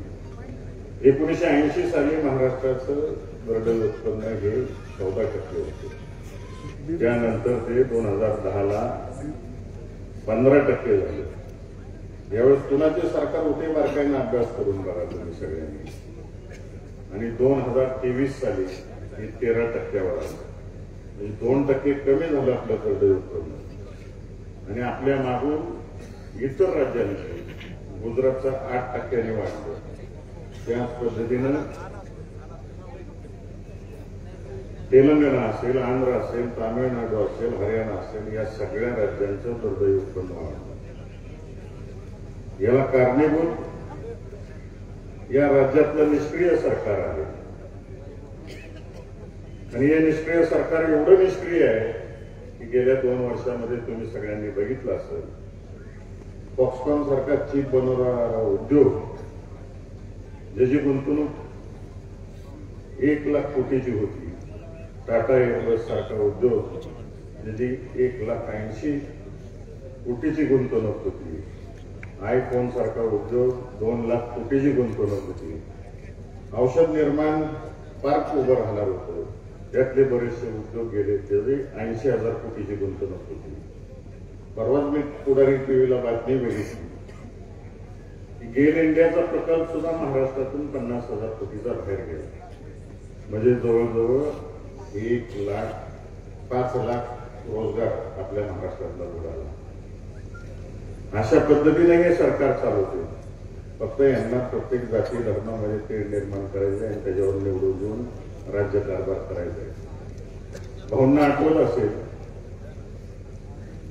की ते जेव्हा मंत्री होते, विजयदादा मंत्री होते, तेव्हा शासकीय नोकर भरती निघायची आणि त्या शासकीय नोकर भरतीच्या माध्यमातून कलेक्टर आणि सीओ परीक्षा घ्यायची, एसटी परीक्षा घ्यायची, 1 रुपयाची फी द्यायला लागत नव्हती. फी न देता परीक्षा दिली जायची आणि 1 आठवड्याच्या आत त्यांच्या हातात ऑर्डर पडायची आणि मुलं जॉईन व्हायची नोकरीला, शासकीय नोकरीला. गेल्या 10 वर्षात किती शासकीय नोकर भरती निघाली? त्यावेळेस मला आठवतं, मी आमचा सरपंच होतो, नंतर सभापती होतो, 1 खात्याच्या 25,000 30,000 हजाराच्या भरती निघायच्या. मग तलाठी असो, ग्रामसेवक असो, पोलीस शिपाई भरती असो, सगळ्या खात्यांच्या मोठ्या प्रमाणावर भरती निघायच्या. आणि आज खासगी कंपन्या परीक्षा घेतात, तो पेपर फुटतो, फुटल्यानंतर पुन्हा परीक्षा मुलांना द्यायला लागते. प्रत्येक परीक्षेला फी भरायची, म्हणजे वर्षभर अभ्यास करायचा आणि परत मनस्ताप करायचा, अशी आज युवकांवर गेली. आपण आचारसंहिता लागायच्या आधी पाहिलं असेल की या राज्यामध्ये आणि शिक्षण मंत्र्यांनी जाहीर केलं की जिथं जिथं शिक्षक कमी पडत आहेत तर रिटायर्ड शिक्षक घ्यायचे. मग आमच्या तरुण पिढीनं काय करायचं?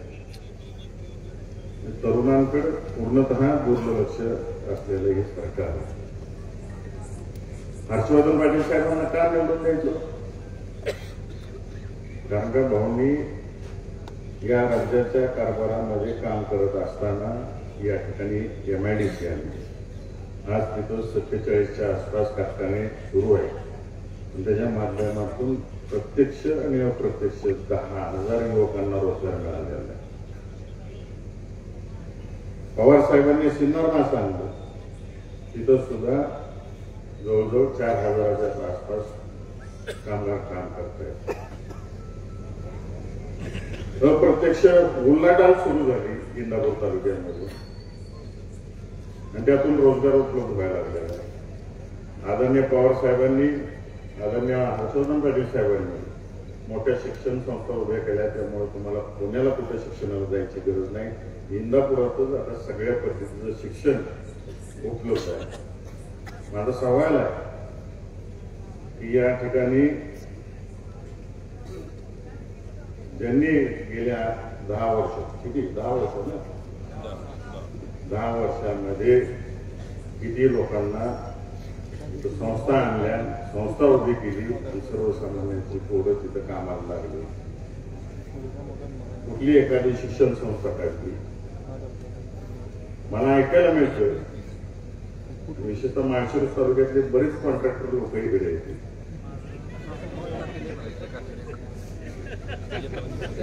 आणि सरकार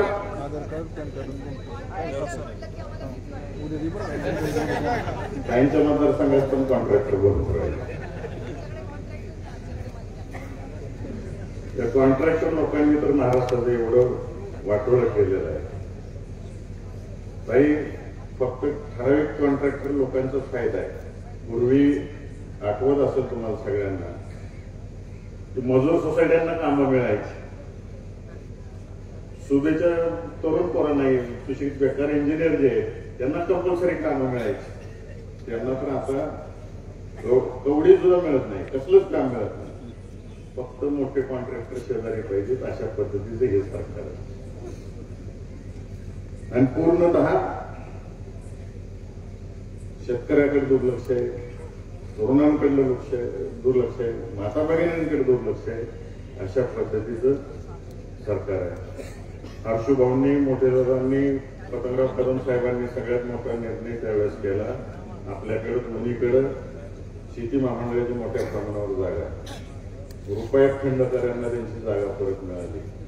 आज शेतकरी स्वतःच्या जमिनीत विकसत आहेत. म्हणजे लोकांच्या हिताचं समाजकारण, राजकारण करणारी सगळी मंडळी. आणि आता उभ्या महाराष्ट्राने ठरवलेलं आहे की आदरणीय पवार साहेबांच्या नेतृत्वाखाली राज्यात बदल घडवून आणायचा आणि महाविकास आघाडीचं सरकार आणायचं, शेतकऱ्याचं सरकार आणायचं, तरुणांचं सरकार आणायचं, महिलांचं सरकार आणायचं, यांच्या इच्छा आकांक्षा पूर्ण करणारं सरकार आणायचं ठरवलेलं आहे. जाता जाता विद्यमान सरकारबद्दल एक गोष्ट सांगतो मी तुम्हाला सगळ्यांना. एक गाव होतं आणि त्यात 2 शेतकरी मित्र होते. त्यांची जनावरं चरण्यासाठी शेजारच्या टेकडीवरती गेली. त्या टेकडीवरती लांडग्यांची संख्या भरपूर होती. मग एके दिवशी ते गेल्या तिथं एका शेतकऱ्याला आठवलं की बायकोनं काहीतरी काम सांगितले आणि ते केलं पाहिजे म्हणून गेला. दुसऱ्या मित्राला सांगितलं, बाबा माझी 25 जनावर आहेत, व्यवस्थित सांभाळ, तू व्यवस्थित सांभाळली तर मी तुला लंगडी शिळी बक्षीस. त्या पुढच्यानं दुसऱ्या शेतकऱ्याने मुडका हलवला. त्याला वाटलं समजलं, त्याला ते होतं थोडं बहिरत. पुढचं गावाकडे आलं, गावातली कामं रोखली, बायकोने सांगितली कामं करून माघारी त्या डोंगरावरती गेला.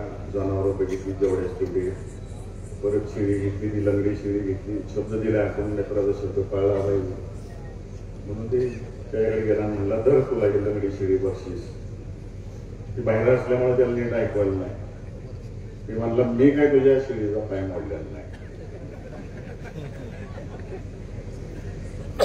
हा म्हणला मी तुला लंगडीच द्यायची कबूल केलं, तू मला धड दाखड मागतो का? हा दुसरा पाहिला. दोघांची हमरी तुमरी 10 धारेपर्यंत भांडणं आली. नेहमीप्रमाणे भांडण गावच्या पाटलाकडे गेलं.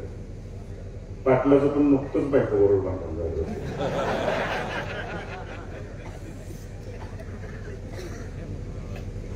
म्हणजे दोघं सांगायला लागले मी याला लंगडीच द्यायची कबूल घेतलं. तो म्हणायचं मी काय ह्याच्या शेळीचा पाय मोडला नाही. पाटला समोर परत गचांडी धरण्यापर्यंत भांडण. पाटील मोठ्यानं वरडलं, आता गबसता काय दोघं. माझ्या बायकोने शिळीच काय हत्ती जरी पाठवला तरी तीच कोण भरणार नाही. पाटील तिसरा भरायला. आता मी तर नवीन खासदार झालो, अलीकडे जातोय मंत्रालयात कामं घेऊन मुंबईला. तिथं काय गेलं, ताईंना तर जास्त अनुभव आहे, हर्षभावना जास्त अनुभव आहे. काय सांगायला गेलं, एक उपमुख्यमंत्री म्हणतो त्याच्याकडे जावा, त्याच्याकडे गेले की म्हणतो तिथे मुख्यमंत्रीकडे जावा. तिघांनी बाहेरची भूमिका ठरवलेली आणि अख्ख्या महाराष्ट्राचं वाटोळा करून टाकलं. त्यामुळं आपल्याला साहेबांच्या नेतृत्वाखाली फक्त घट्ट सरकार आणायचंय, लोकांच्या हिताचं सरकार आणायचं. याच्या 20 तारखेला सुतारी वाजवणारा माणूस हे बटन दाबून आदरणीय भाऊंना प्रचंड मतांनी निवडून द्या एवढी विनंती करतो आणि आपल्या सर्वांची रजा घेतो. धन्यवाद खासदार साहेब, मनपूर्वक धन्यवाद. मीरामाईच्या कुशीत आणि हिमामाईच्या कुशीत तयार झालेलं नेतृत्व या गावचे सुपुत्र आपण आपलं मनोगत या ठिकाणी व्यक्त करावं, मतदान राजा अभिवादन करावं.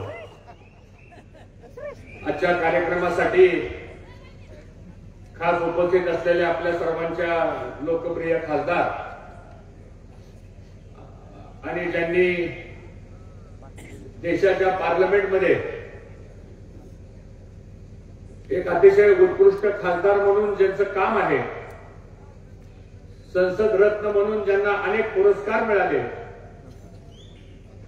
त्या खासदार सौ सुप्रियाताई सुळे, दुसरे खासदार आपल्या शेजारचे श्री धैर्यशील भैया मोहिते पाटील, आरटीआयचे उपस्थित आमचे सर्व पदाधिकारी, सर्व वेळेअभावी सन्मान्य व्यासपीठ आणि एवढ्या मोठ्या प्रचंड संख्येने जमलेले सर्व बावडा विभागातून आलेले सर्व नागरिक बंधू भगिनी, पत्रकार मित्र आणि माझ्या तरुण सहकारी मित्रांनो, आज आपल्या बावडे गावामध्ये आपल्या विभागाच्या लोकप्रिय खासदार सुप्रियाताई, आज आपण आमच्या गावामध्ये आपण आला. निवडून गेल्यानंतर आपली पहिली भेट ही बावडे गावामध्ये आहे. मी गावाच्या आणि भागाच्या सगळ्यांच्या वतीनं आपण टाळ्या वाजवून सुप्रियाताईंचं या ठिकाणी मला स्वागत. आज आम्हा सर्वांना आनंद झालेला आहे की दुसरे आपल्या शेजारचे खासदार तेही प्रचंड मताने निवडून आले आणि अकलूजकर आणि बावडेकर आणि बारामतीकर असा त्रिवेणी संगम आज आपल्या परिसरामध्ये होतोय. आणि म्हणून आपण सर्वांनी धैर्यशील भैयांच्या करता सुद्धा टाळ्या वाजून मला बसून या ठिकाणी. वेळ कमी आहे. सुप्रियाताई मला म्हणत होते की मी अगोदर बोलणार.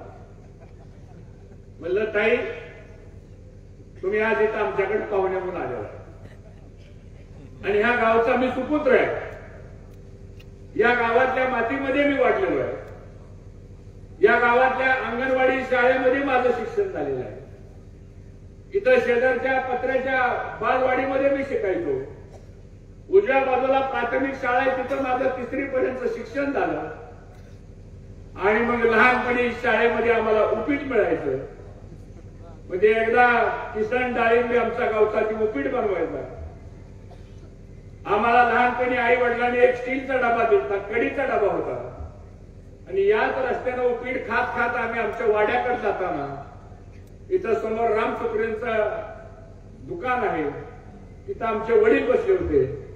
आणि मग त्यांचे सगळे मित्र म्हणले, काय बघा पाटलाचा पोरगा रस्त्यानं उपीट खात चाललाय.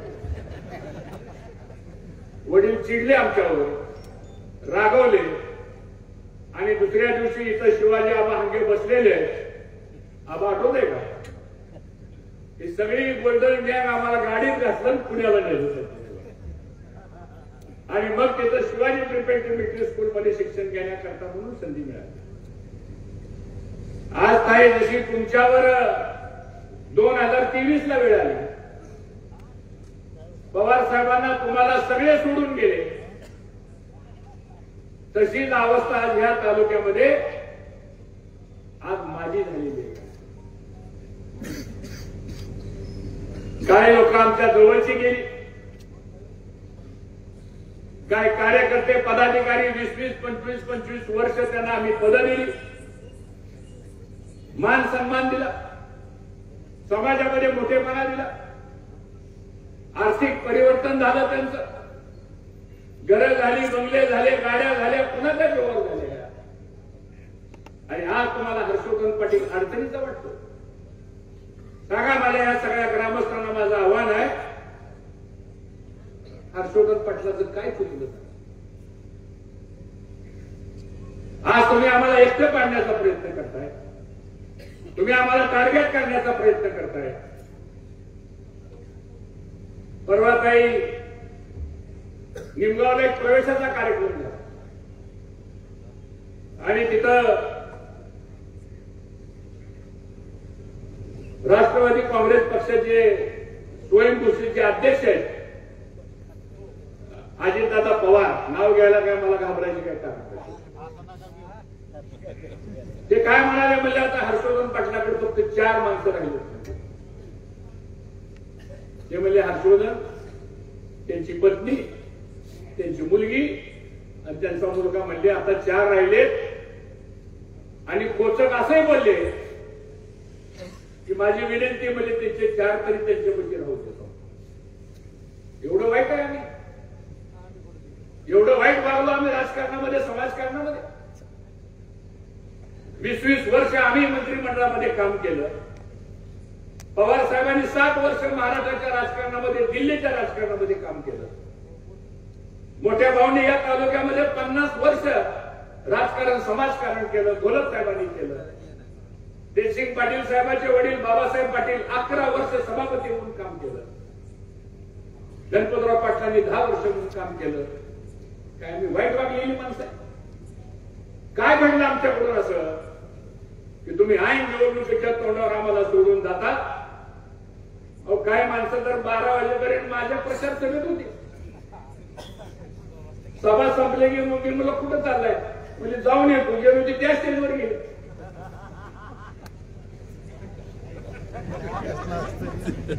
आणि मग म्हणायला लागले आता की म्हणजे आता यांचं सगळं संपलेलं आहे.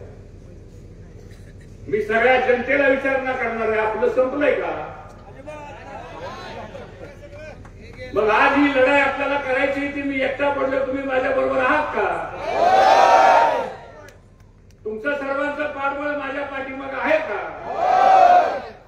मग आज आपल्याला विचारून या ठिकाणी भूमिका घ्यावी लागणार आहे. उद्याच्या 20 तारखेला मित्रांनो मतदान करा आणि ती 20 तारखेला साऱ्या महाराष्ट्राला दाखवा की इंदापूर तालुक्यातली जनता पुढारी जरी सोडून गेले तरी आम्ही सगळे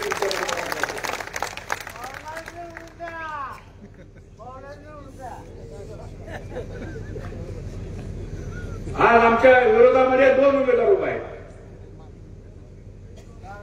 त्या 2 उमेदवारांना पवार साहेबांनी काय कमी केलं? गेल्या 23 वर्षामध्ये आता जे विद्यमान सदस्य आहेत 23 तारखेपर्यंत ते विद्यमानच आहेत. पुन्हा माझी होतील आणि माझी झाल्यानंतर माझ्यासारखं माझी म्हणून 10 वर्ष काम करून दाखवा. तुम्ही 10 दिवस टिकायचं नाही. कधी पदाकरता आम्ही विचार केला नाही, कधी मान सन्मानाकरता आम्ही विचार केला नाही. आमची सारी खुली किताब आपल्या सगळ्यांच्या समोर आहे. सांगा बरं, आज ह्या लोकांना पवार साहेबांनी एवढं दिलं. जिल्हा परिषद अध्यक्ष दिलं, कारखान्याचं चेअरमन पद दिलं, बँकेचं चेअरमन पद दिलं, 2 वेळा आमदारकी दिली, राज्यमंत्री पद दिलं, 6 खाती दिली, सोलापूर जिल्ह्याचं पालकमंत्री पद दिलं आणि व्यवसाय करण्याकरता सगळ्या मोठमोठ्या एजन्सी सुद्धा तुम्हाला दिल्या. अशोक भाऊ बिचार आमचा 82 सालापासूनचा निष्ठावान कार्यकर्ता, त्या बिचारांना काही मिळालं नाही. सगळं ह्यांना. आणि मग ज्यावेळेस पवार साहेबांचा पक्ष फुटला गेला, अरे त्यावेळेस तुम्ही खऱ्या अर्थानं पवार साहेबांच्या मागे उभा राहायला पाहिजे होतं. पण मित्रांनो, ह्यांनी गद्दारी पवार साहेबांशी केली. अशा गद्दाराला धडा शिकवण्याचं काम उद्याच्या 20 तारखेला आपल्याला या ठिकाणी करायचं.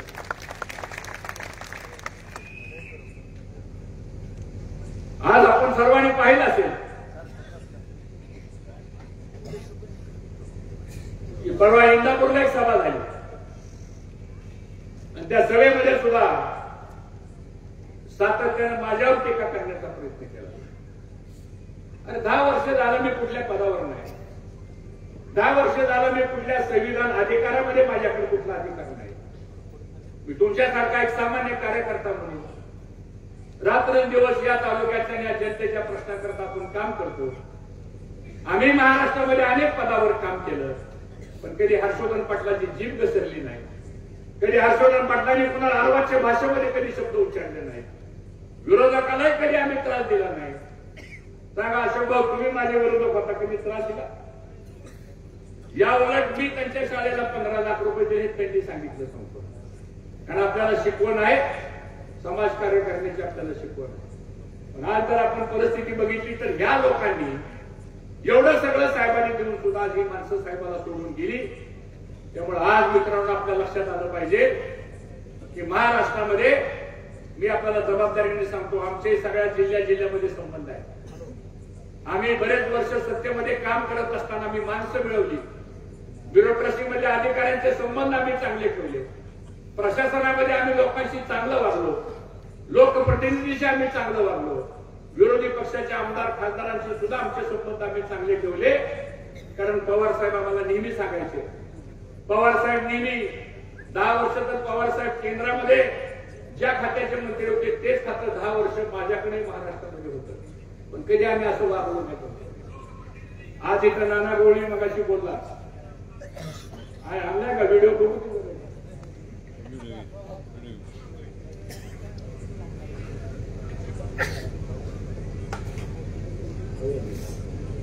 आम्ही कधी आमची भाषा ढळून दिली नाही, आम्ही कधी चुकीचं बोललो नाही, न आम्ही कधी कुणावर अन्याय केला नाही. पण आज ही सत्तेत आलेली माणसं पैसा झाल्यामुळं आज यांची भाषा जर आपण बघितली,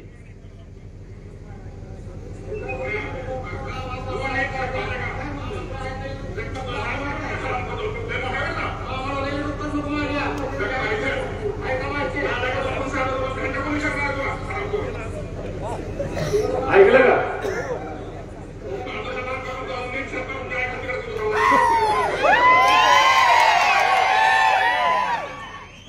आणि असे माझ्याकडे 100 व्हिडिओ आहेत तुम्हाला सांगतो. या ठिकाणी मला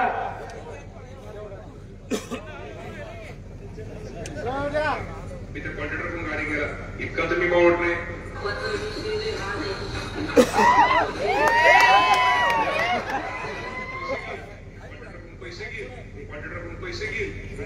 पैसे घेईल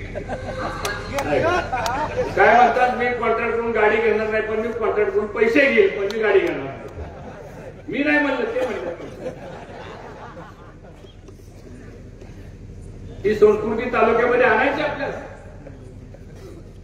आम्ही तुम्ही तर 2.5 वर्ष राज्यमंत्री होता, मी तर 18 वर्ष मंत्री होतो. 17 खाती मी महाराष्ट्राच्या सरकारमध्ये चालवली, पण असा एक डाग लागला नाही आमच्या राजकीय कारकिर्दीमध्ये.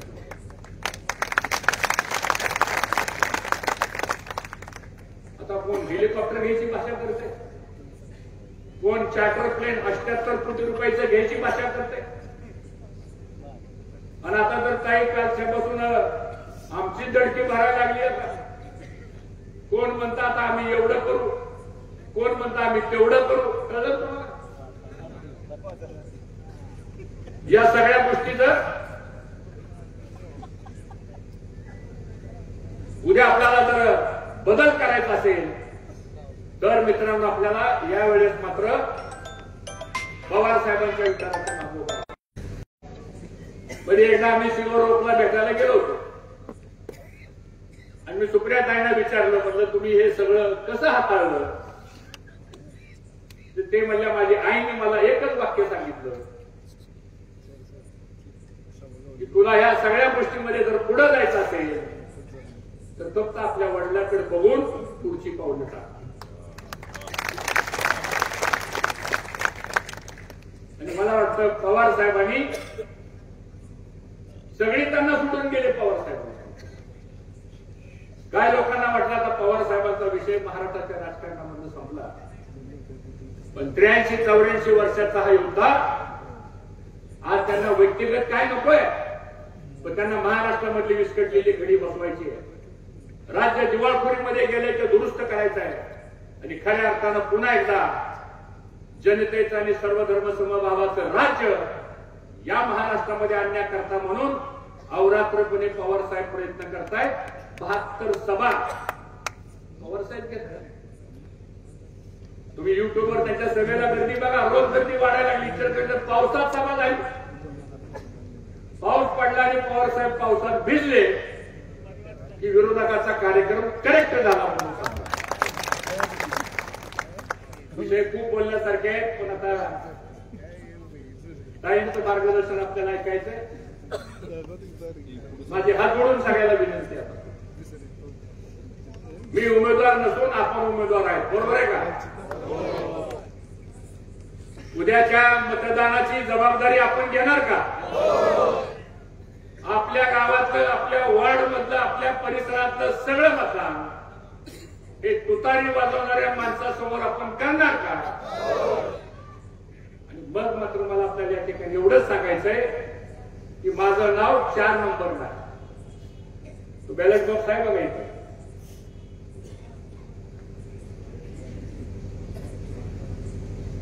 तर याच्यामध्ये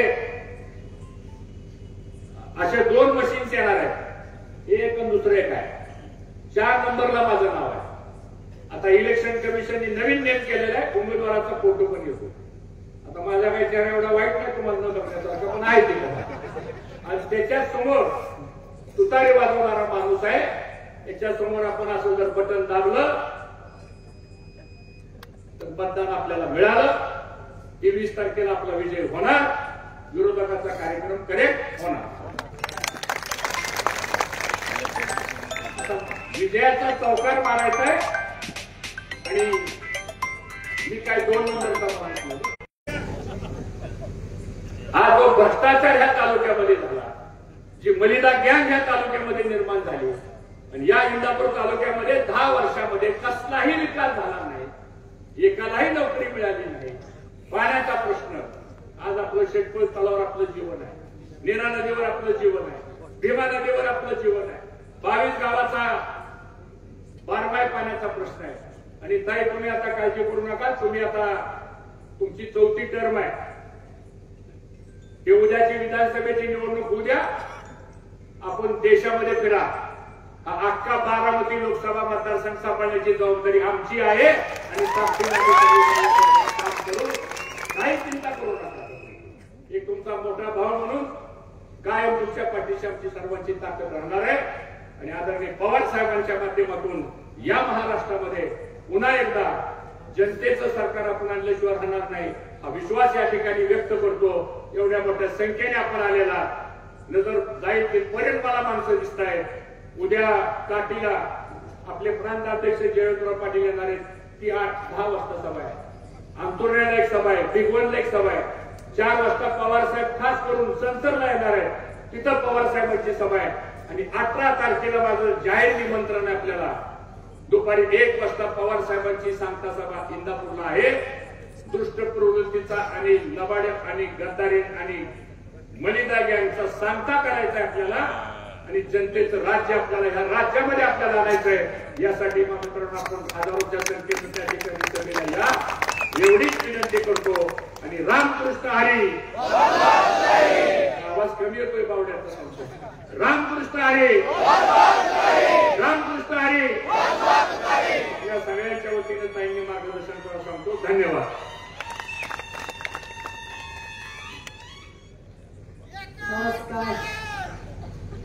नमस्कार व्यासपीठावरील सर्व मान्यवर. 10 मिनिटे 10 वाजला, त्याच्यामुळे मी आपला फार वेळ घेणार नाही. पण हर्षवर्धन भाऊंच्या प्रचार सभेच्या निमित्ताने आपण इथे सगळे जमलेलो. धैर्यशील दादा शेजारून इथे आले, मी त्यांचं मनापासून स्वागत करते. आणि तमाम इंदापूर आणि बावड्याच्या मायबाप जनतेचे मनपूर्वक आभार मानते की आपण सगळ्यांनी मोठ्या संख्येने मतदान करून मला 4थ्यांदा दिल्लीला जायची संधी मिळाली. भाऊंच्या भाषणात बऱ्याच गोष्टी आहेत, त्याचा बराचसा समाचार मी 18 तारखेला येणाऱ्या तेव्हा घेईन. आता 10 मिनिटात जेवढा समाचार घेता येईल तेवढा पहिला घेते.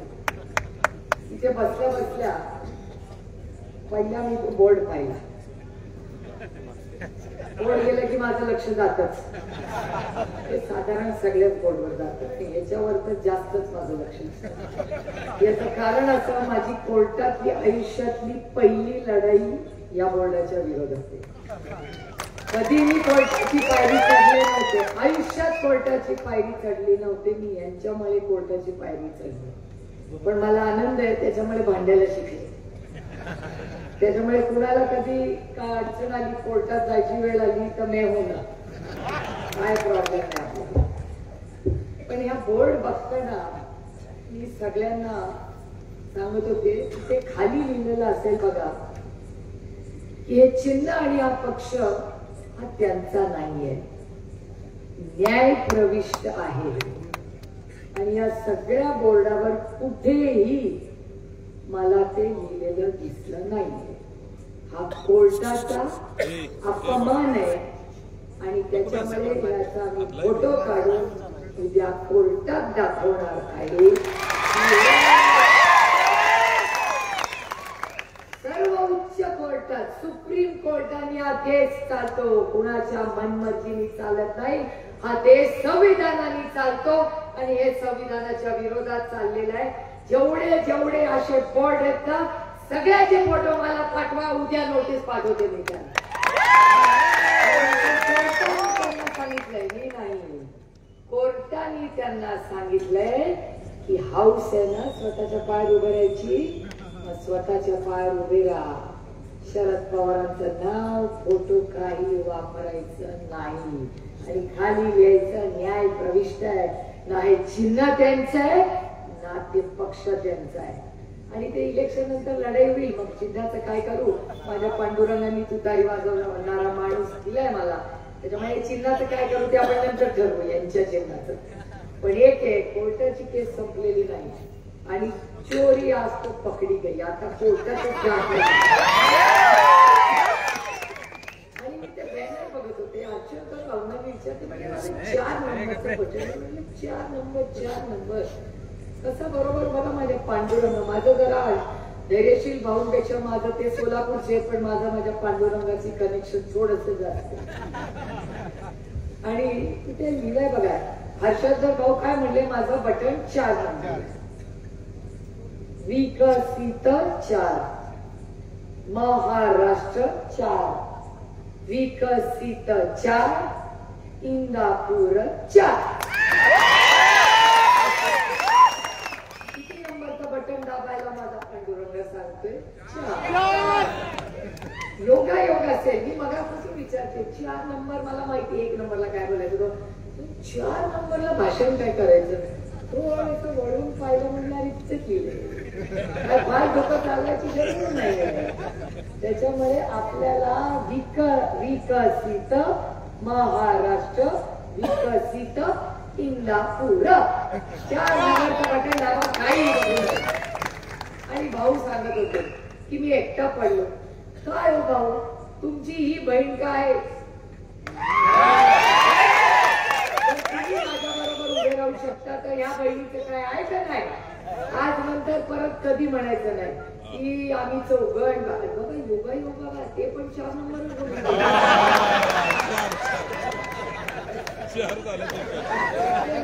काहीतरी गडबड दिसते. ते तुमचा प्रचार कसं करून गेले हो.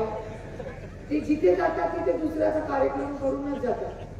हे तर पण 4च राहिले, बरोबर 4 नंबरचं बटन सांगून गेलेले दिसत आहे. तुम्हाला जेव्हा मोरे आठवत आहेत का? जेव्हा मोरे आठवत आहेत सगळ्यांना. इथले कोण असेल मला माहिती नाही, मला एक गोष्ट सांगितली भाऊ, तुम्हाला आठवतच असेल. एकदा इलेक्शन लढले होते आणि त्यांचं चिन्ह होतं हत्ती. साहेब हेलिकॉप्टर मध्ये बसले आणि साहेबांनी असा हात केला, असं काहीतरी हात केला असेल तर म्हणे ते बघा साहेब टाटा करते. सगळे म्हणले हो, म्हणजे टाटा करत नाही साहेब, म्हणतात हत्तीला मत करा.